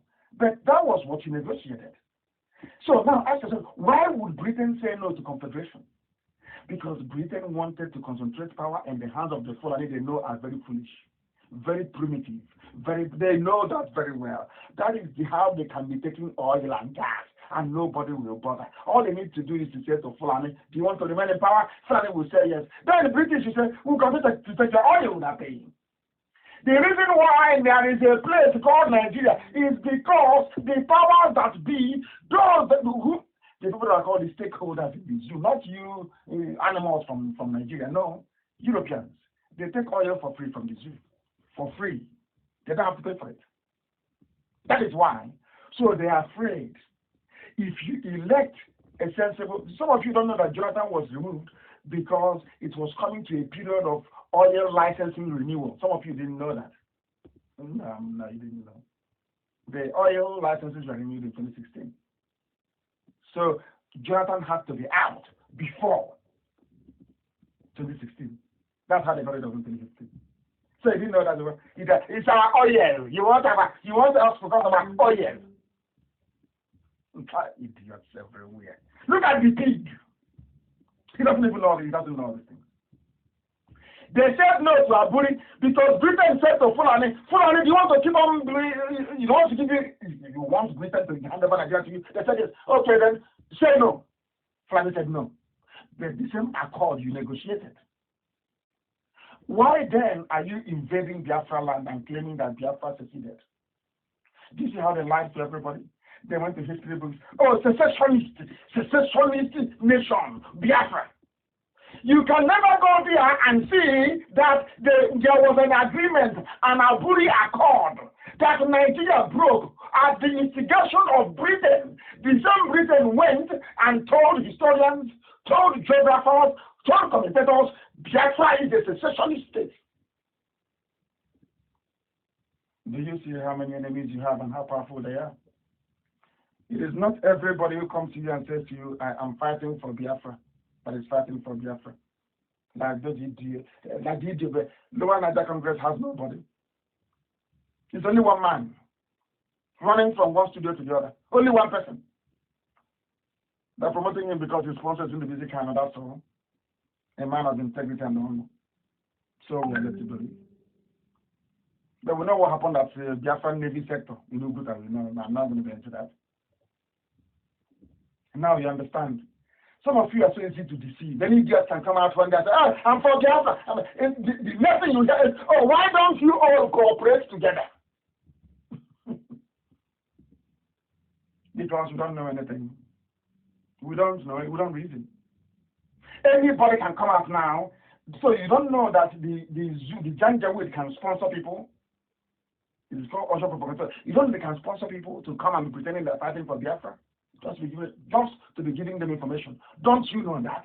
How come your brain? So anybody who gets up in the morning and says, oh, yeah, I'm fighting for Biafra, I'm here. The next rubbish you will hear is, oh, why don't all of you cooperate together? Oh, dear me. We must continue. Frederick Forsyth went on to say that it was the killings of our people and the failure of Aburi that led Ojukwu to declare Biafra 53 years ago, yesterday. He said, to this very day, I have come to attest to the true meaning of this Niger Delta. It is not a language that is known to any of us, none whatsoever. But it was an English word. The word Niger is the anglicized version of the Latin word niger, which means black. Because when I explain something, I explain it right to the source. I don't cut it from the middle. Niger is anglicized version of nigger, black. That's what it means. So the correct word is Niger Delta, if you want. Niger Delta, is that your name? And anybody say, oh, we are Niger Delta, is your name? Are you a nigger? Are you a nigger? Answer me. Because if you are, we'll start calling you nigger then. Because Niger is the English version of nigger, which is Latin for black. Does it make sense? Is your stupidity now becoming a little bit clearer? Just a little bit. The Delta region. And I have asked you many times, there is a Delta region in Mississippi in America. Are you related to them? There is a Delta region in Limpopo. Are you related to them? There are people inhabiting the Delta region of the Nile, the Great Nile. Are you close to them? Why are you making a mockery of your stupidity by talking about Niger Delta as if you're dumb, talking about Niger Delta as if you're hopeless? You didn't go to school. Oh dear me. Oh dear me. It's an English word given to us. We cannot allow it to hold. Adakaboro fought under that banner. I respect that. But it was a mistake. It should not have happened. It shouldn't. I don't condone evil. It should not have happened. It was wrong. It was wrong for the BBC and the British government to connive together to destroy Biafra. It was conniving between BBC, the BBC that brought you, because of IPOB, they gave the BBC Igbo. The job of BBC Igbo was to neutralize IPOB. They came, found out now what Abakate. You can't do anything to us. They came with their tweets and their games. They found out how formidable IPOB is. And where we have them is all we're going to keep them until Biafra comes. Then we review their position. But BBC can never be a friend of Biafra. Not now, not tomorrow, not ever. Don't say I didn't warn you. All of you idiots, I went to BBC. I gave an interview to them. They brought their bodyguard, henchmen. They thought I was someone with IPOB to try to fight them. I gave an interview in English and in Igbo language. Before that, when I was in prison, my wife gave an interview to BBC and to BBC English. You know what they did? They cut it. She gave an interview for 50 minutes. They cut it down to 3 minutes only. That was the idea they were evil. I said, okay, let me try that. Maybe it was a mistake. I came out. In London, I went to BBC where they hired. They didn't want me to come to their studio. They didn't want to offend the Fulani by asking me to come to BBC Bush House to do an interview. They sent me to what's called what's the name again? To Canning Town, more or less. To Canning Town, yes. I did an interview. BBC English, BBC Igbo. Till today, the BBC English never aired. Till today, the BBC Igbo, they of course they tried that young man. I feel sorry for them. And when I go against BBC Igbo, it's not about our people working there. No, I have nothing against them. A man must work. They must eat something. They must feed their families. I understand that. But BBC Igbo BBC is evil. They don't mean well for Biafra. Not now, not tomorrow, not ever. I know them on a personal experience. All the things I said about the zoo, they never published. Never. In fact, I saw one girl, I think she's from, I don't know where she's from. Her face wasn't very happy. Because in the interview, of course, they asked me why they call Nigeria zoo, and I explained, they made meaning to them. And the Igbo girl was saying, yeah. The name is true. That Nigeria is a zoo. Who doesn't know that? Only a fool. Forsyth said, listen, I arrived in Biafra capital in Enugu on the 3rd day of the war. In London, I had been copiously briefed by Gerald Waters, the head of the BBC West Africa Service. BBC, please listen, BBC. What I did not know was that he was the obedient servant of the government's Commonwealth Relations Office, which later metamorphosed into the FCO, which believed every word of its High Commissioner in Lagos. I want you to listen. After today, you will not doubt anything I tell you in life. You can never, I can't lie. And I'm a person. God is my witness, I don't lie. What for? Are you going to beat me? If I tell you the truth, can you do anything to me? The answer is no. So I tell you the truth. Remember, all these years I've been telling you that the ambassadors they have in Nigeria never relay the truth back home. They never do. And here is a proof. As far back as 1967, when Igbo people were being slaughtered in the north, by which I mean Biafrans, when Biafra was under siege, when the war remained on Aburi, the British High Commissioner in Lagos was relaying only lies back to London. He's here from Frederick Forsyth. He's a white man. He's an old man now, but a courageous one at that. Listen on.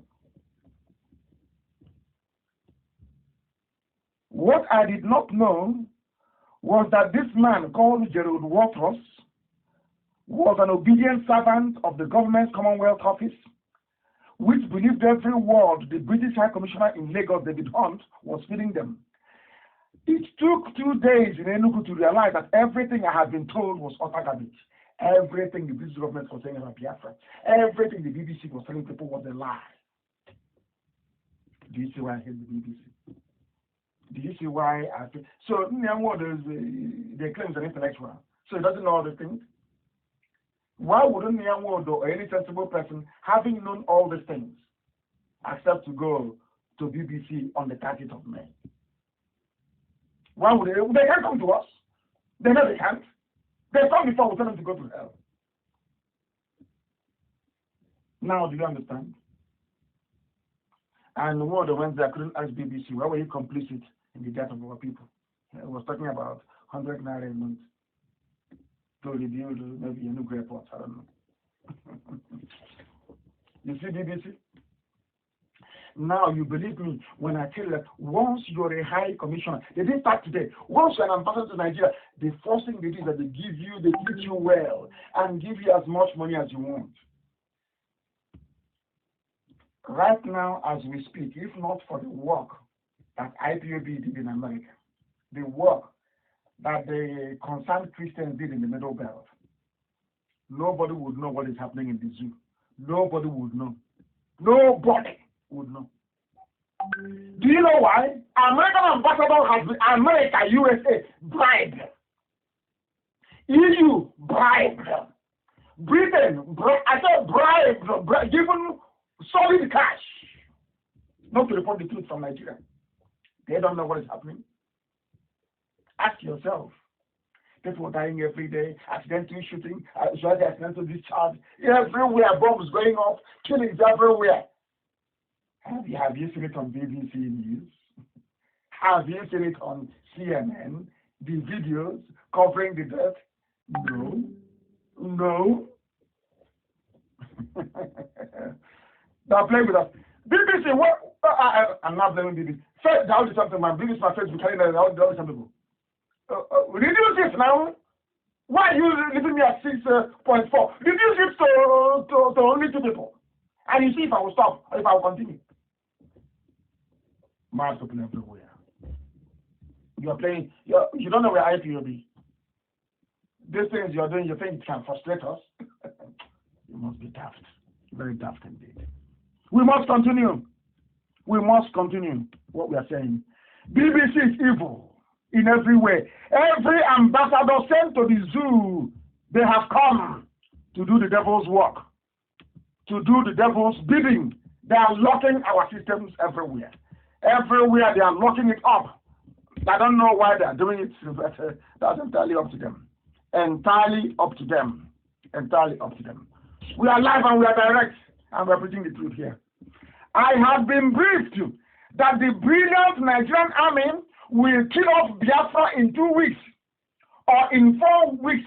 This is what Britain was saying. Britain said that Gowon's army, Nigerian army, will defeat Biafra in 4 weeks. Fortunately, the Deputy High Commissioner in Enugu, Jim Parker, a white man, told me what was really happening. It became clear, this is a white man, right ago, it became clear that the rubbish believed by the Commonwealth Office and the BBC and the BBC stemmed from British High Commissioner in Lagos, a white man, British High Commissioner in Lagos. Are you paying attention? Are some of you following? Are you paying attention? You better pay attention. It was from the British High Commissioner in Lagos. He was a racist.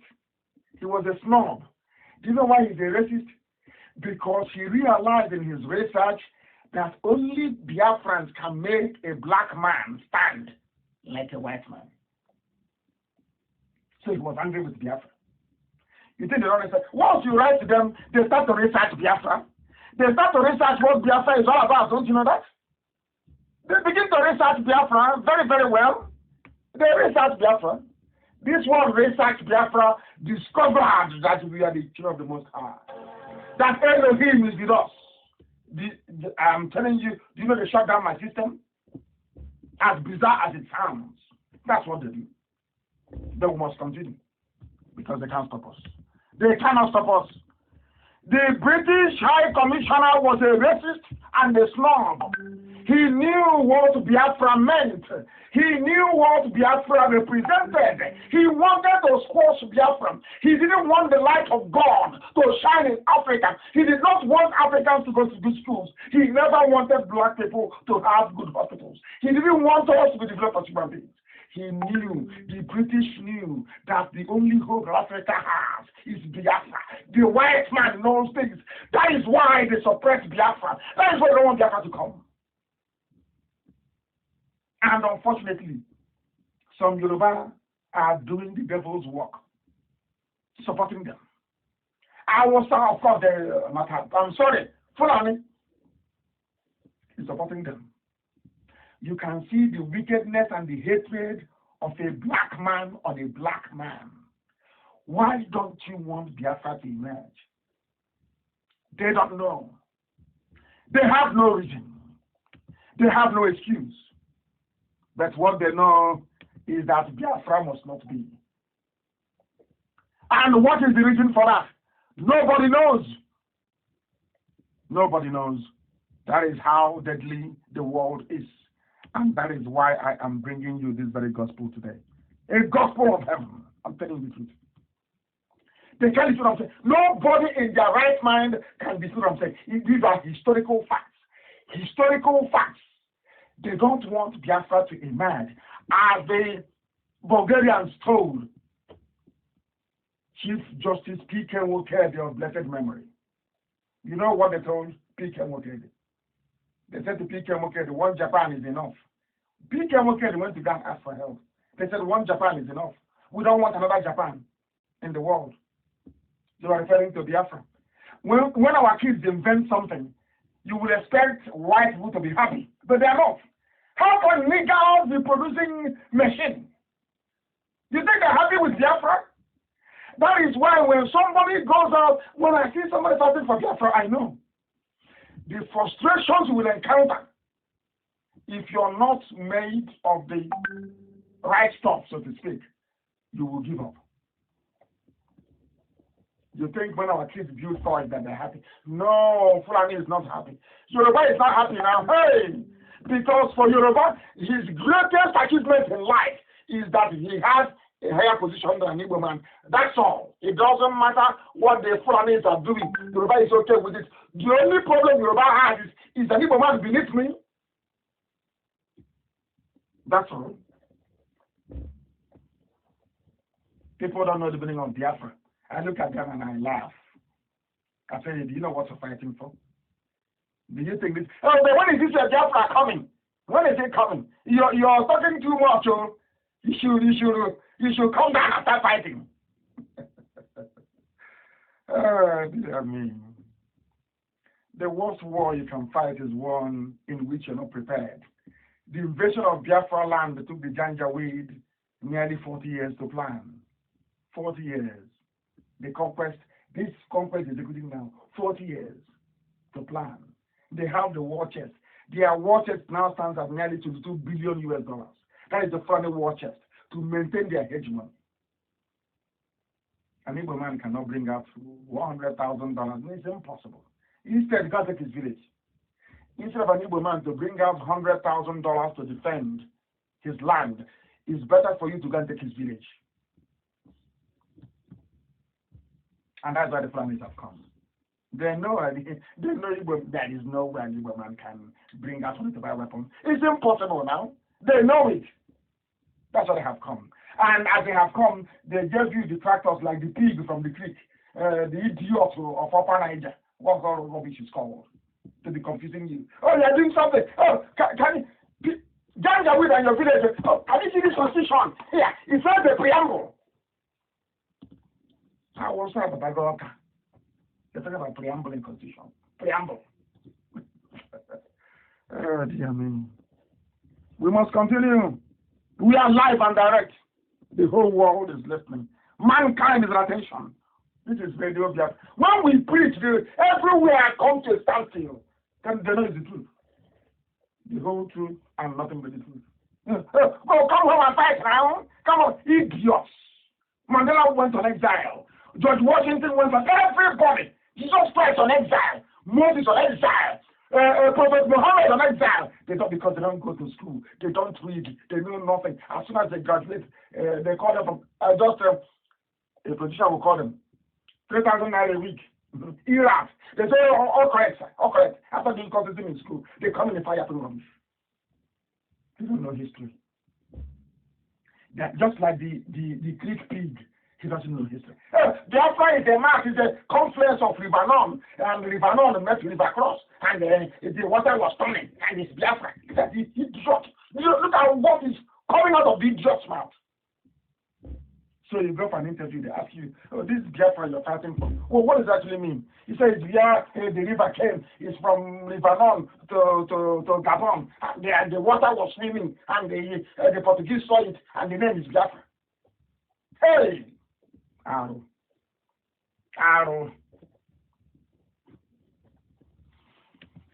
Let me tell you what is happening. Listen very carefully, please. Listen very, very carefully. My brief was to report the all-conquering Nigerian army according to foresight. It did not happen. It did not happen. Naively, I filed this. When my report was broadcast, our High Commissioner complained to the Foreign Office because I told the truth from Enugu. I said I'm in Enugu, the so all-conquering Nigerian army. I can't see them. They are not here. Britain got angry. Are you listening? I don't know why we argue with some zoo animals. They don't have any brain. They can't reason properly. That's why they're in Nigeria. Somebody is a Nigerian. How do you expect that person to reason properly? A Nigerian is an animal. They don't reason very well. These are wild beasts in the forest. They can't reason. Where their vice president is in charge of toilets, and the secretary to the government is the one making policy pronouncements. And you're telling me that they're normal? You're changing words with somebody who's an animal. Their vice president elected, allegedly, is now in charge of used toilets, how to revive latrine. And somebody who wasn't elected, Boss Mustafa, is now doing the job of the vice president. And you want to debate with such people, such fools, such idiots? Hey, my goodness. They say I insult them a lot, that people are listening. I said, because we are fools. If we are not fools in Africa, why are we always finding things difficult? You have nothing. Your life is always upside down on a daily basis. Change it, you won't change. Allow those that want to change it to change you. No. Hey, it's you. I reported the truth from Enugu. I reported it, the truth as I saw it. But the BBC, we are biased. They accused me of being pro-Biafra and recalled me back to London. For writing the truth, I was sent back to London. 6 months later, in February 1968, fed up with all the slavishness of BBC, to write for BBC connived. BBC, they hate Biafra. BBC is anti-Igbo. BBC wants to destroy Biafra. BBC has been sent by the devil to destroy Biafra. According to Frederick Forsyth, not me. Frederick Forsyth. Why the British hate us, I have no idea. Why they hate us, I have no. Why Britain wants to see every Biafran killed, I don't know. I don't know why. I don't know why. I keep asking them. Britain, why is it you want every woman killed? Why do you want every Biafran killed? What have we done to you? What did we do? Nothing, no reason. But all of you must die.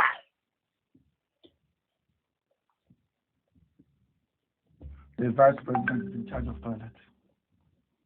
According to Frederick Forsyth, listen carefully. I was recalled back to London, but I got fed up. I said, to hell with you. I'm going back to Africa.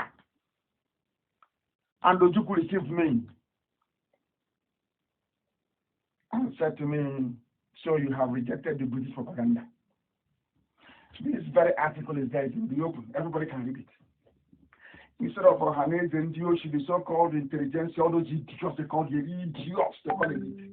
Some of them to go and read all these things, arm themselves with the facts and figures, then go outside and preach Biafra. They won't do it. He said, he was should hurry up, bro. 2023 is around the corner. There's a thing they're talking to fools. They think we don't have any brain. They think we know nothing. That's what they're actually thinking. So if you say presidency is around the corner, an idiot will start jumping and campaigning, and we'll wait for the fool. But the Jews fasting this year, do as I tell you. God is my witness. If you do exactly as I tell you, we'll bring the zoo down in 2020. Do what I ask you to do. Not when I ask you to do something, you don't do it, and then you start asking me, but, which is what Sabo do. Sabo ask Sabo to do, Sabo will not do it. And then you come and ask you, but you said Biafra is going to come. But that thing you ask Sabo to do, Sabo will not do it. Never. That's who they are. That is the way they are. It was BBC. The obliteration of the Igbo race was the priority of the British. And they prepared the Fulani Janjaweed to carry it out for them. What I find shocking is that Biafran men who should have recognized this danger from time, they have all abandoned their duty to listen to gossip from traitors, to listen to people like Tony Nana that have nothing upstairs. Absolutely nothing. Done nothing for Biafra. Nothing. Afraid to use the word Biafra. Afraid of Biafra. And it's fighting for Biafra through Lower Niger. So I can fight for Biafra now through lower Ojeda stream. You're not proud of who you are. And you claim you're fighting for me. By lying. Wherever I go to, you go to. By lying against me. I don't know who you are. I've not done anything with you before. And you're lying against me. Because you're working for the enemy. And your days are numbered, I assure you. Your days are numbered. Come to Biafra land now. Kabbalah nonsense in Abuja in Lagos. Just jumping up and down like a canary. Just nothing. Come to Biafra land. Within 24 hours, you'll be eaten alive. Your flesh will be torn off your bones. You'll be eaten alive. Because you're an evil man. You must tell the world that thing I stole from you. You must tell the world who I scammed. Because we have IPOB all over the world, you're calling it a franchise. All over the world. How do we get our people to understand what we are doing? Do you know the meaning of the word franchise? Do you know the meaning of the word franchise? I'm asking you.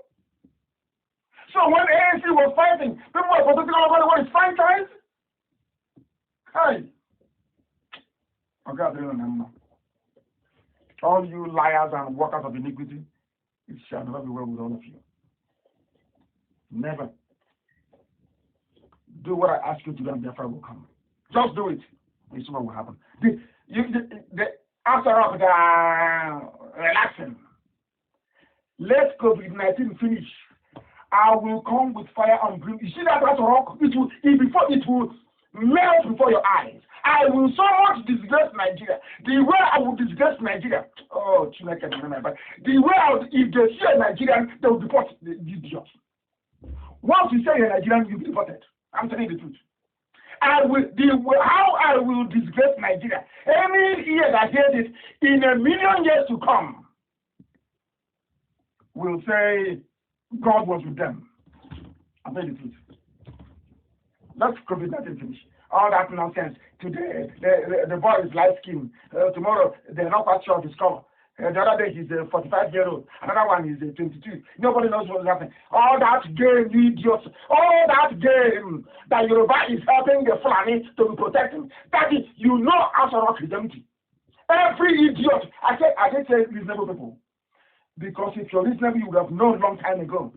Even idiots in the zoo, they know Asarok is empty. They know it. They know there's no president. They have not known. All we hear is Osibajo open toilet. Osibajo is now refurbishing used toilet. No one has seen him. Do you think we are stupid? Asarok, do you think we are hopeless? Do you think that BBC not reporting what is happening in Asarok makes you safe? Who has not seen that there is no president in the zoo?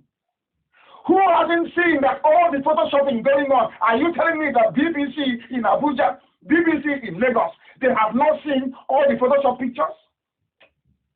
Is that what you're telling me? Is that what you're telling me? Mad people everywhere. These idiots in the foreign premier. Tell us the strategy. So if I tell you, you guys tell you a master in the north. But the strategy is working, isn't it? That is why everywhere is shaking. The reason why they are panicking everywhere is because they know IPOB, we are relentless, we are remorseless. We keep pursuing. We keep pursuing until we overtake, we overcome, and we subdue you. You want me to tell you our strategy? What is your own strategy for removing the Fulani from our land? What is your strategy? You have none. Oh, show us your map. One simple explanation. Does your mom tie two-piece wrapper and they disappeared? Have you ever heard them again say, well, show us your boundary? That one is gone. And then after my exposure yesterday, today they have nothing to say. It's now about 100 naira in BBC program.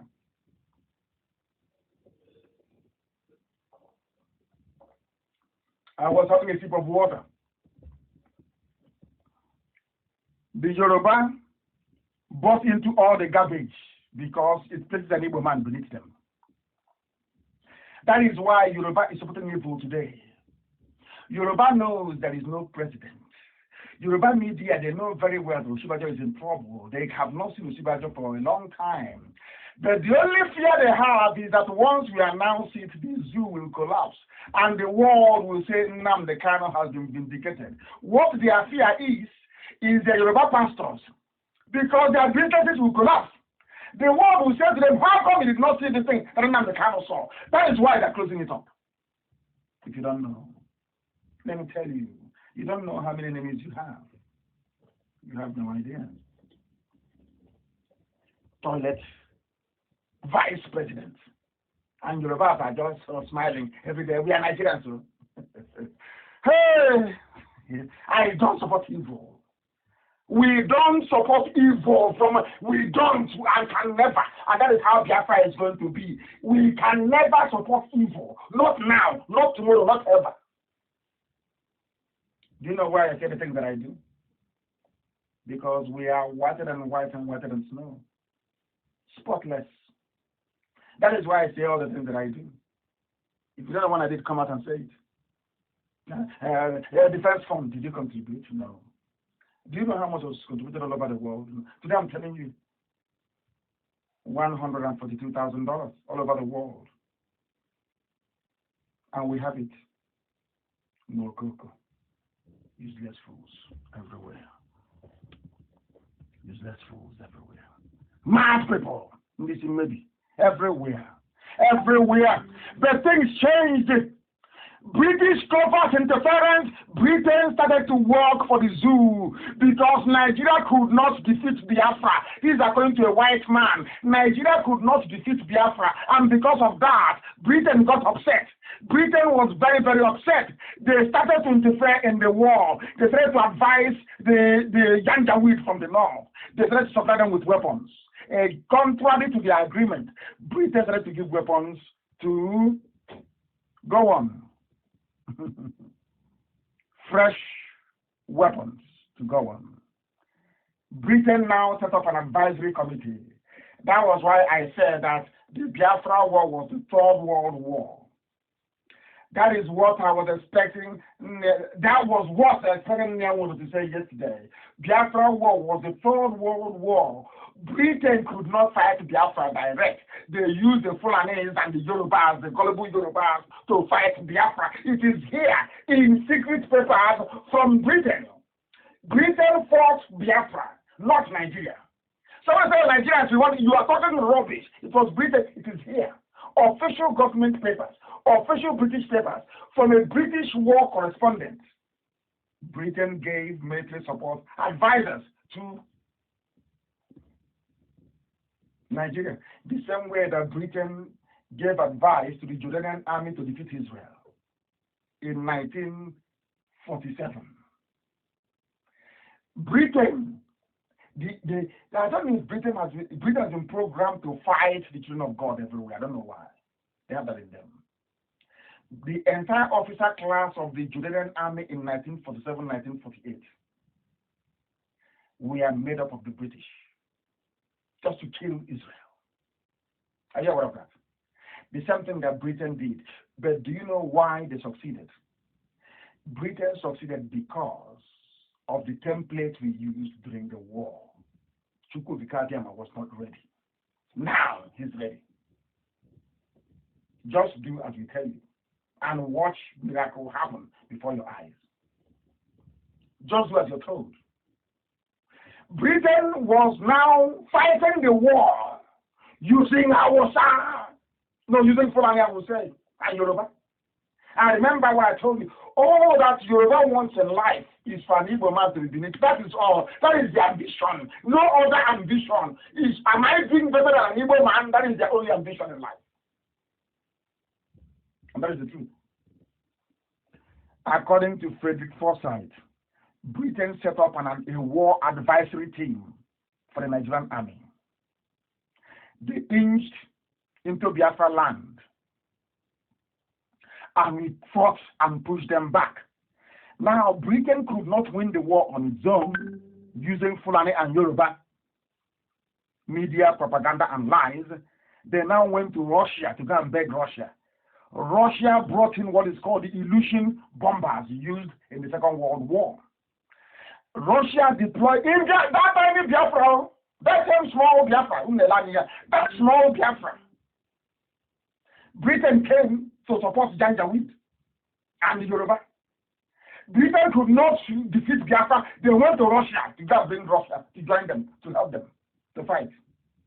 Biafra War was the Third World War. I want to educate the world to know what happened. Something, the pig in the creek doesn't know. They brought Russian bomber illusion. They were dropping 1,000-pound bombs on the villages of Biafra and Russians. We are bombing on Russia. Now ask me, how did you offend Russia? In what way? Someone should tell me. Did we ever offend Russia? How? Why would Russia come to an impoverished, poor African country and be dropping bombs on them? And mind you, at that time was the height of the Cold War. Russia was fighting Cold War with Britain. Ask yourself this question: what would cause two enemies, Britain and Russia, in the Cold War, to now come together to go and fight one small, tiny, impoverished African country? As any day you answer that question, I know you're intelligent. Have you asked yourself that question? Why would Britain make peace with Russia to go and kill black Africans? Because Biafra is special. Now you understand. Let's continue. Russians were dropping bombs in our villages. We did nothing to Russia. We don't know who they are. They are like LNC. This Lower Niger people. We don't know who they are. But from somewhere they're dropping bombs on us. We don't know who you are. Russia came to kill us as well. Unbelievable. Missionaries knew and noticed what had happened, and they were coming out of the forest with children suffering from kwashiorkor. Roman Catholic Church, they did very well. I commend them, especially those from Ireland, the Irish missionaries. May God bless them immensely. The Roman Catholic Church did a lot. The Anglican Church did nothing. They said they formed the Church of Missionary Societies. They kept down. They said they have they were coming to deliver relief. All was just camouflage, so that we can be going to Anglican Church and giving them money all the time. The people that came and worked hard on the ground was the Catholics. They were the Catholics. They came and they worked very hard on the ground. As the resident guide for the foreign news teams, I became somewhat overwhelmed. But at last, the full secret involvement of the British government started to be exposed. Britain was fighting Biafra, not this. Who is allowed to fight Biafra? You know, we are going to fight very soon.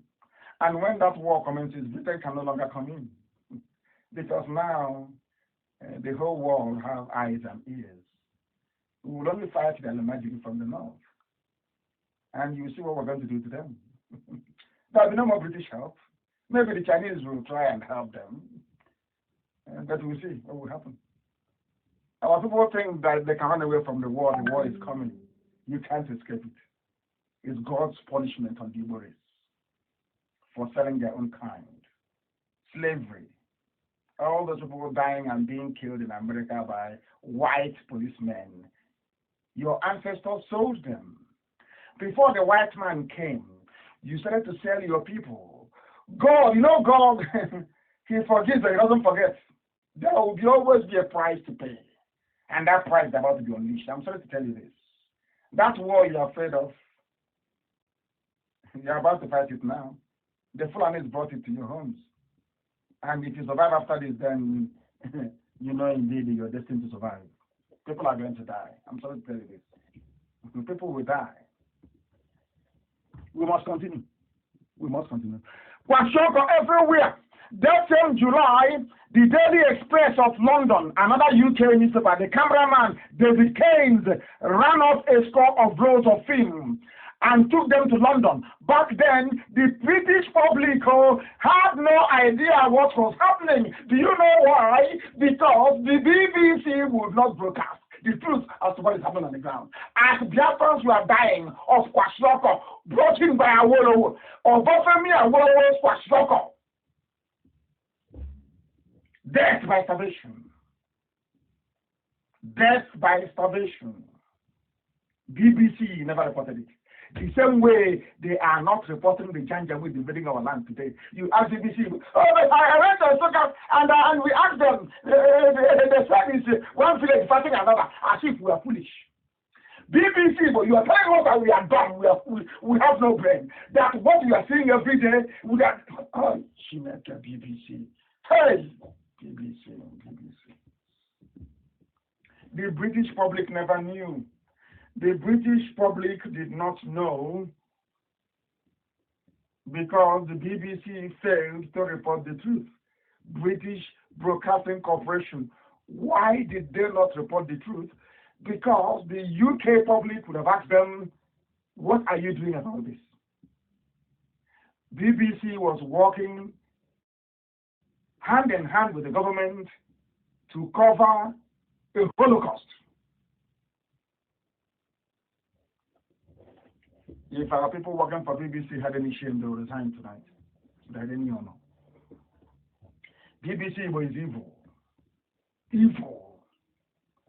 They are part of our problem as a race. We must continue.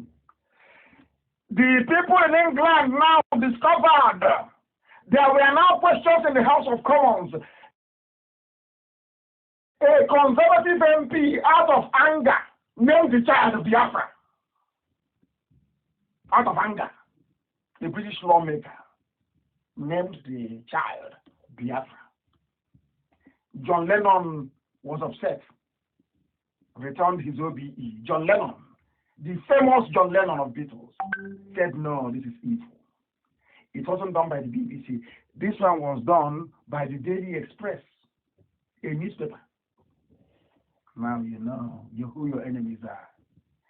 Go and talk about Biafra now at the UN. You know what happened to you. If they won't poison you there. They know what you don't know, that God loves you. You are the chosen children of God, the children of light. That is why Yoruba will envy you. They know God loves you. God blessed you from your mother's womb. They know this. Everybody in Africa, they know. That is why Yoruba's height of achievement in life is to see a subdued Igbo man. And the Yoruba man is happy. Because the Yoruba man knows what you don't know. The Yoruba man knows that you are blessed. He knows that God, he knows you are a special talent. And subduing you is the highest achievement of a Yoruba man in life. As the resident guide to foreign news teams, I became somewhat overwhelmed. The World Council of Churches helped to buy some stupid aircraft. And Portugal helped. They helped. God will bless them. And all the people that came that flew the aircraft. There was even one called Jesus Christ Airlines. Oh dear. The people that brought us Jesus Christ killed us. And that is what I find very funny with the British. They colonized us and gave us Bible and Christianity. Yet they supported the Muslims to kill Christians. the irony of the whole thing is just laughable.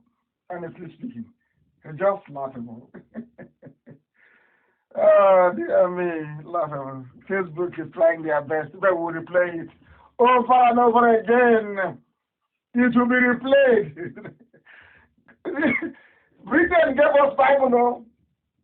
Jesus Christ said this, if they slap you here, talking about that. Jesus Christ says, love one another, love your neighbor. The same people that gave us the Bible, no? St. Andrews, St. Matthew's Church, St. Frederick, St. Agnes. They joined the people answering Abu Bakr, answering Mustafa, answering Abdul Mutalam to kill Christians. Hey. Jesus Christ Airlines. Black misogynist. Black people, black. God forbid. Such stupidity is unbelievable. On a visit to London in the spring of 1969, I learned the efforts of the British establishment, the entire British government. They said, we must kill Biafra. They organized themselves to say, we'll kill Biafra. Every reporter, every journalist, every peer, every parliamentarian, every member of the House of Lords, every member of the House of Commons who had visited Biafra and reported on what they had seen, the carnage, the death, everything. Yes, they sat down and said, nobody should talk about Biafra. Meanwhile, Russia was bombing also. Egypt came, Egypt joined them all. OAU joined them all to fight Biafra. And I'm asking the British, but before you came, we didn't know who the Fulanis were. How can we secede? I'm in my land. How can I secede from my own land? Was there any Nigeria before you came? The answer is no. So how can I then secede from my own land? I don't understand it. How can you call me a secessionist? Oh, I'm seceding from something a white man created. Oh, you should have told me now. A white man created Nigeria. So Nigeria is now superior to Biafra, superior to Duduwa, superior to Iowa. So anything a white man says is superior. If you want to break away from what a white man created, you are a secessionist. You are a secessionist. But when they were joining us together, what is the purpose of secession? I mean, I don't know. You are a, how can I put it? A colonialist. But it's good. Nigeria is good, but Biafra is not good. Why is Biafra not good? Because Biafra is African. And Nigeria is European. Will you see? That's white-black supremacy. That was what the Yorubas bought into. Very sad indeed. Very, very sad indeed. And Her Britannic Majesty Elizabeth II saw all of these things and did nothing. Because they hate Biafra. They have received their reports. Do you know these people that they are refining their own fuel? Do you know they're building aircraft? Do you know they're modifying aircraft? Do you want an African country to emerge a bunch of niggers to be building an aircraft? I said, no. Nobody wants to see a nigger building aircraft. Oh. We want them in the farms, in the plantations. We want to kill them anytime we like. Nobody should support Biafra. That was what happened. Hausa people are not bad. Somebody is writing a Hausa person. I'm not saying the Hausa is bad. Everybody is good. I'm even sure that there are some Yorubas who are good. There are some Igbo people who are good. There are some Biafrans who are good. There are some Ijaw people who are good. There are some, even Fulani. I'm sure there are one or two Fulani people with conscience. I'm not saying that. But it's that the majority are evil. That's the problem. The majority of Igbo people are selfish and very greedy. That's how it is. And that is what has led to their destruction. Or should I say the impending destruction. And for the majority of the Yoruba, being above an Igbo man is the highest achievement in life. It doesn't matter. If not, why would they know that Asarok is empty, that Buhari is dead, yet they are covering it up? Ask yourself why. Ask yourself why. They know that Aisha is now in charge of the zoo. Ask yourself why they are allowing such travesty to obtain. Ask yourself, what is Yoruba gaining? What is it that Yoruba can say we are gaining from Nigeria? What is that thing that will make them support Nigeria? Because of their hatred for Igbo man. That's all. If not, then tell me what else. Give me a reason why they want one Nigeria to. I know why Fulani wants one Nigeria. Fulani, they need access to oil because they are lazy, they are primitive. Apart from cattle, they know nothing. I asked you before, how many Fulani scientists have you seen? How many doctors have you seen from Fulani land? Why do you think they always go outside to contract outsiders to come and do work in the zoo? Because they said it from the beginning. Biafrans are smart. We don't want them to building bridges for us. They don't want it because it will make them look bad.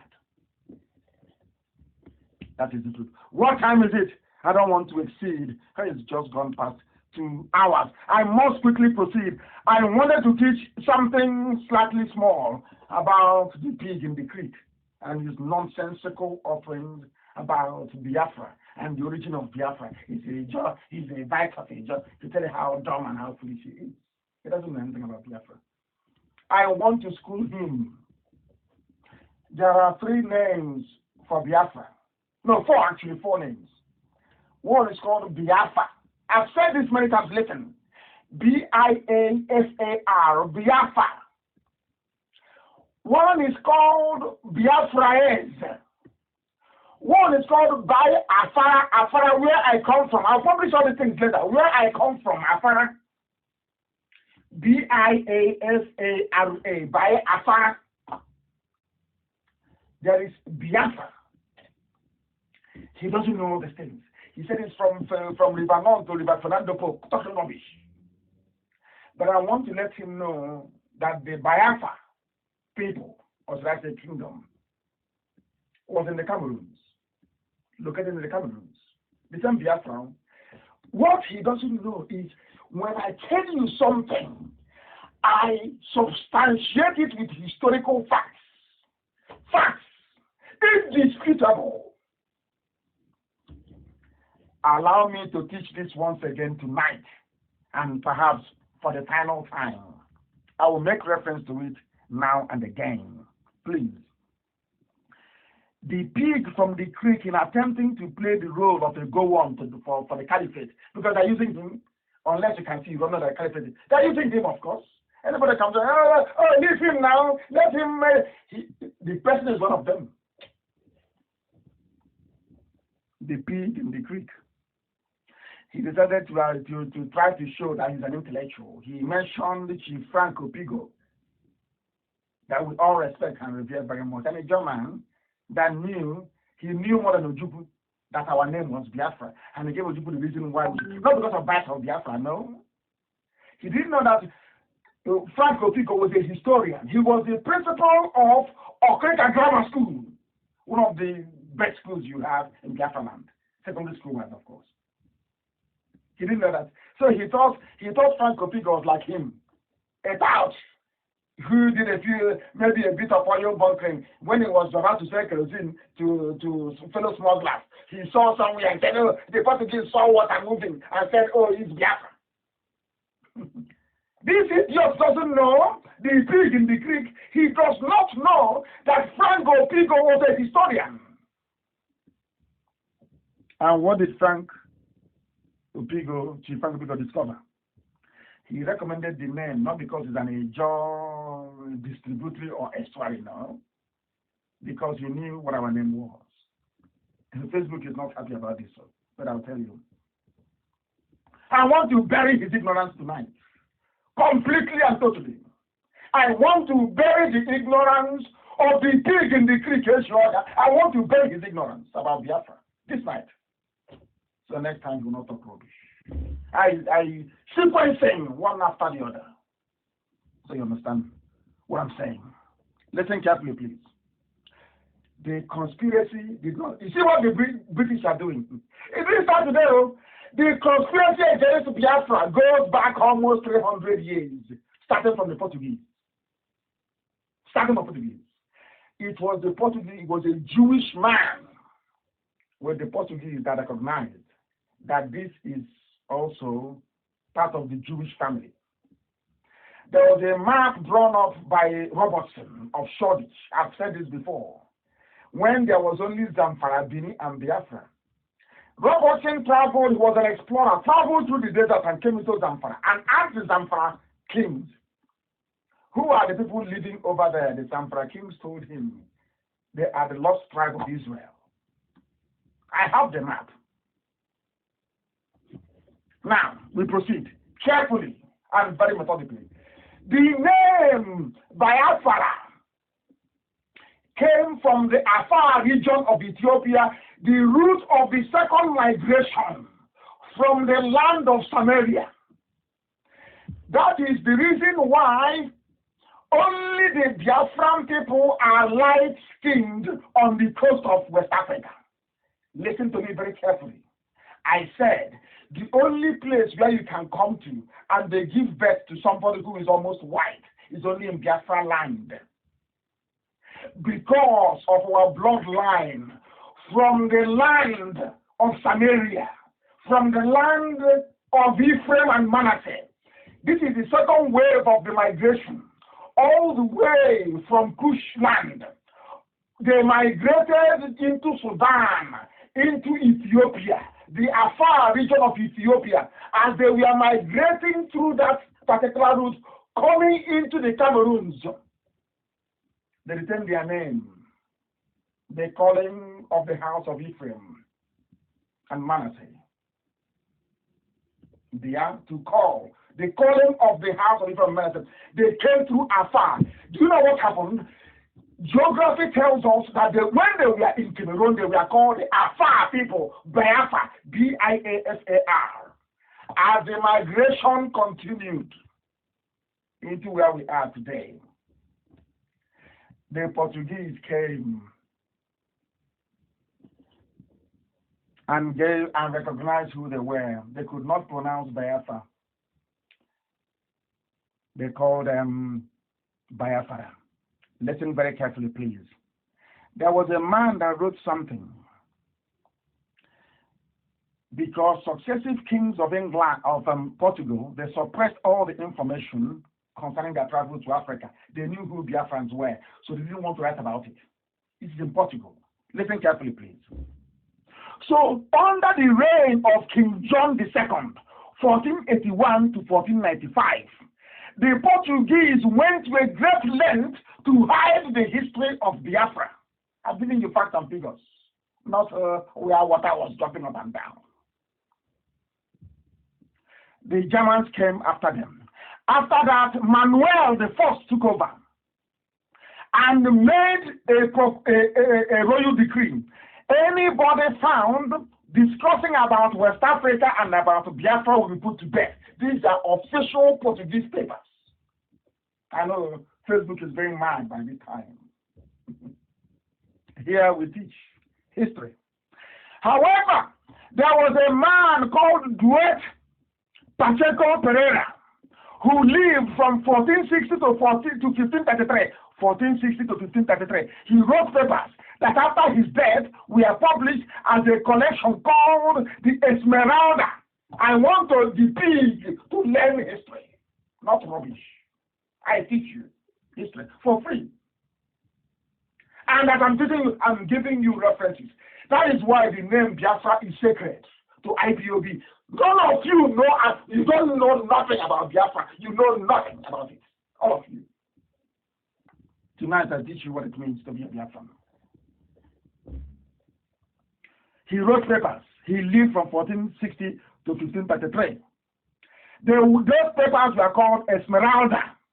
It included writings on Africa and the Americas, and they were published.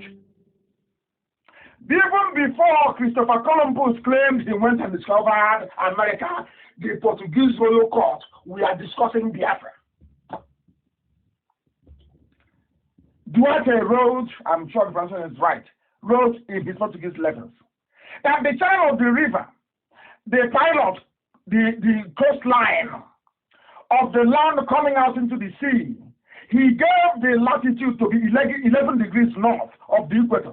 Now, if you look at 11 degrees north of the equator, which has changed over the years due to advancements in mapping and GPS, this coordination takes us now into the north central Nigeria, which is Idoma land.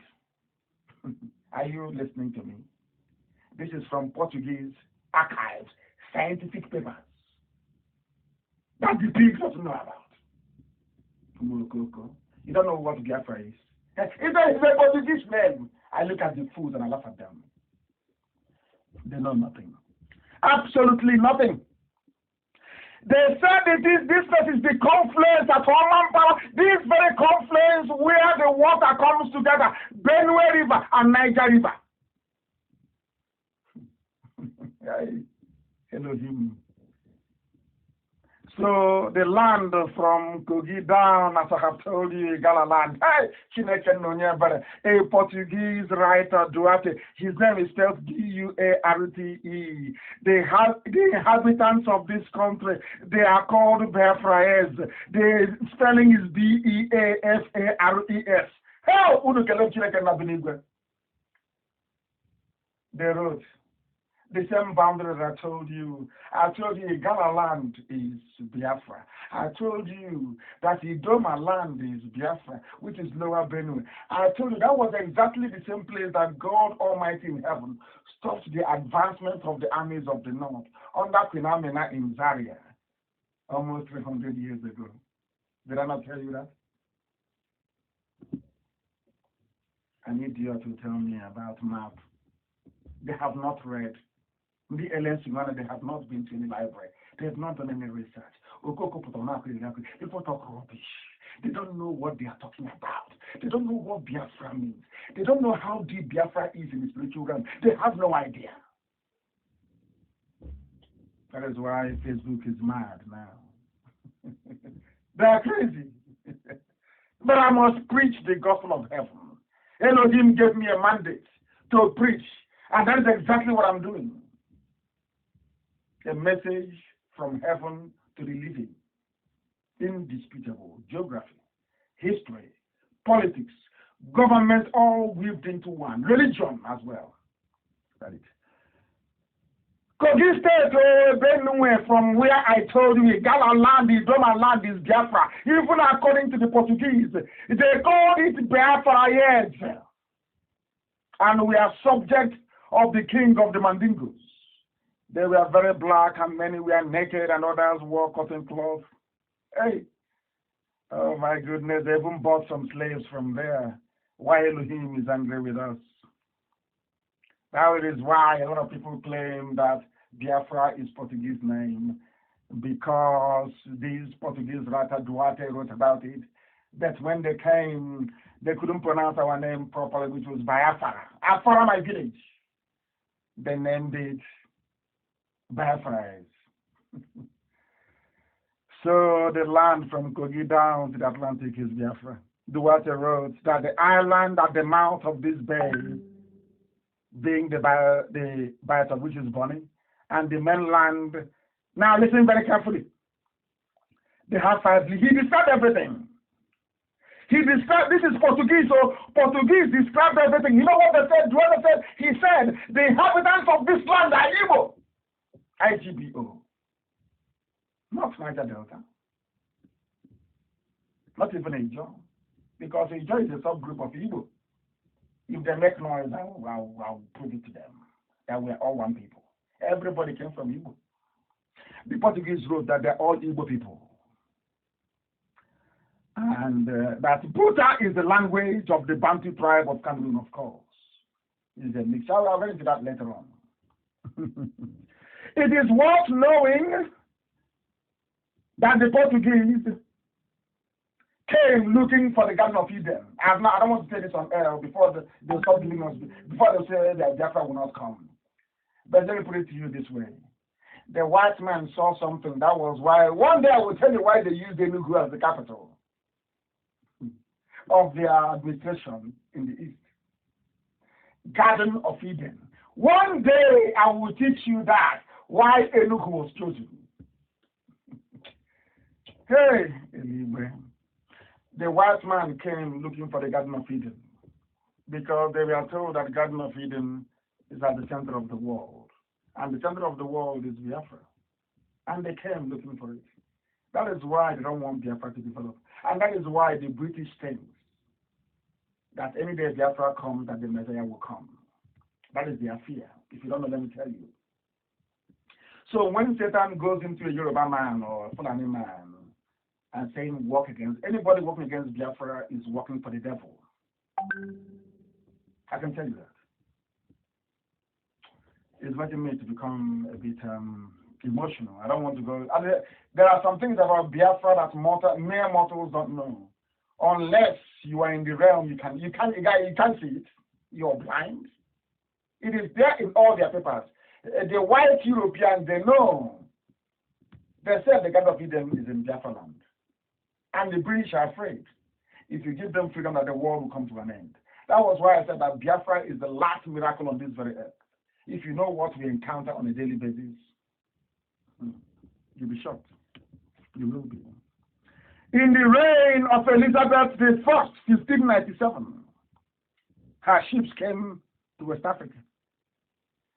That was how the Portuguese and everything, they called it Biafra is.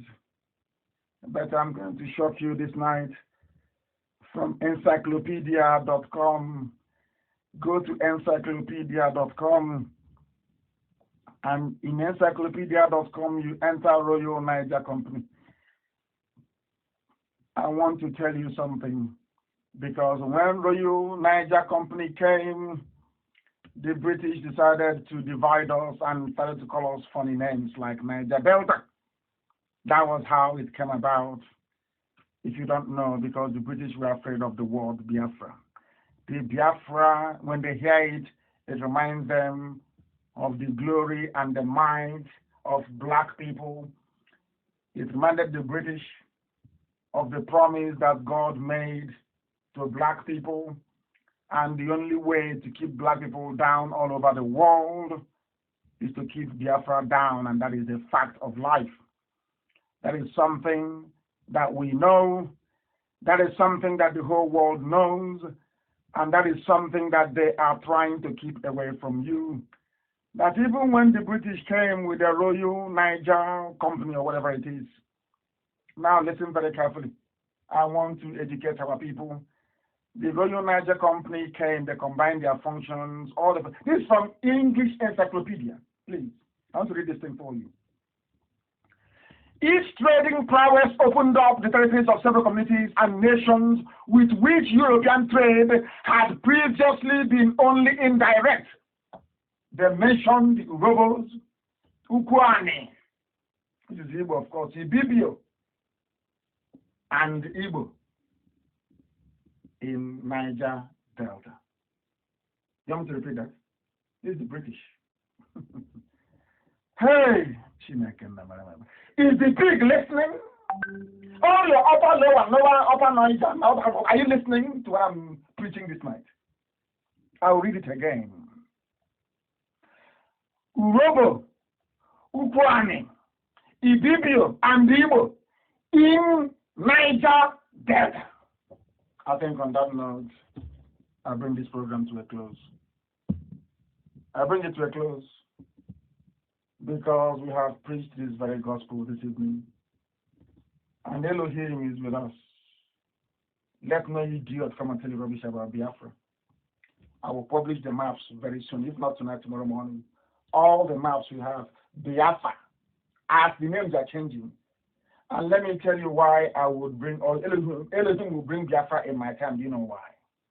Now, I want you to go to sleep with this. Our name is Biafra, which is B-I-A-F-A-R-A, my name of my village. If you take away B-I, which is the calling, you have Afar left, which is where I come from. And that is not a Portuguese name. It's a Biafran name. Afar means come and join. That's the name of it. So Biafra means simply come and join. Are you listening? I'll publish the map. So our names have gone from Biafra, which signifies our trip from the Afar region of Ethiopia, which is why we have light-skinned people in Biafra land and no other place in the coast of West Africa. They're all black as charcoal. Only Biafrans are light. Only a Biafran woman can give birth to somebody who is white, almost white. That's why we are light-skinned. The Fulanis got their light skin by, in those days, prostituting themselves to the Moors, to the Arabs. That's how it's a mongrel race, if you don't know. We got ours on our sojourn through Ethiopia. And our name followed us, Biafra, Biafra. And the funniest thing, this Afar region of Ethiopia has been taken over by Islam. Isn't it funny that Islam is now coming to also take over the land of Biafra? Isn't it funny? Very strange. Our name changed from Biafra to Biafraez, which was a corrupt version of Biafra. Afara is where I come from. And you know how I know that is correct? Because that was where Biafra ended. Temporarily, that is. The last headquarters from where Ojukwu took off to Ivory Coast is in my village. In my compound. It's called Okwola Isiokwe, where you have Ojukwu bunker that BBC went to. Okwola Isiokwe means the very beginning of the people. Okwola means the very first place of that people. That was the last headquarters of Biafra, and from there, Biafra will rise once again. I thank you very much for listening. As always, we have demonstrated without any shred of doubt that Biafra is our religion. Here on radio, Biafra is where we worship. Because Elohim, is our God. I thank you very much for listening. And from me, from here, it is good evening.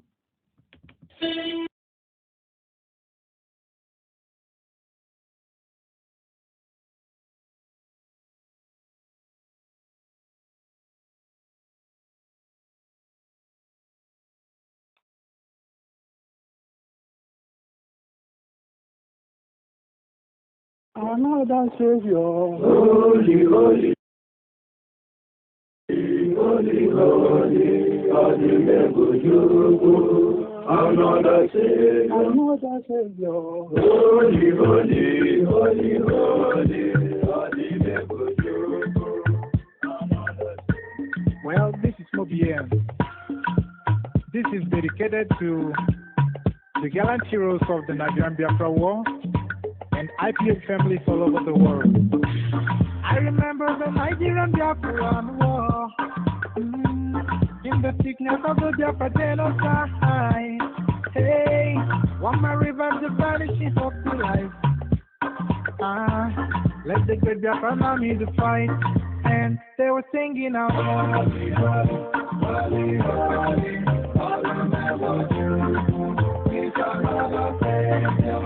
they were singing out. Holy, holy, holy, holy,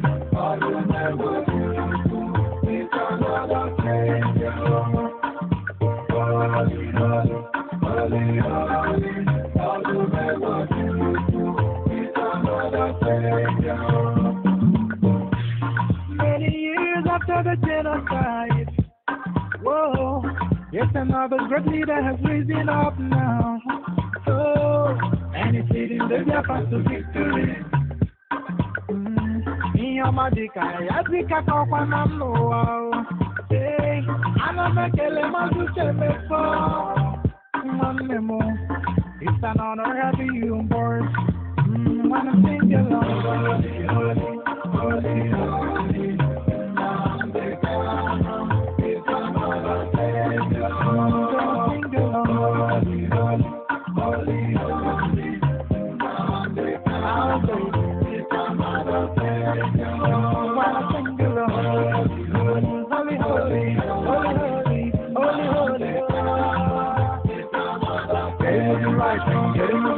Now.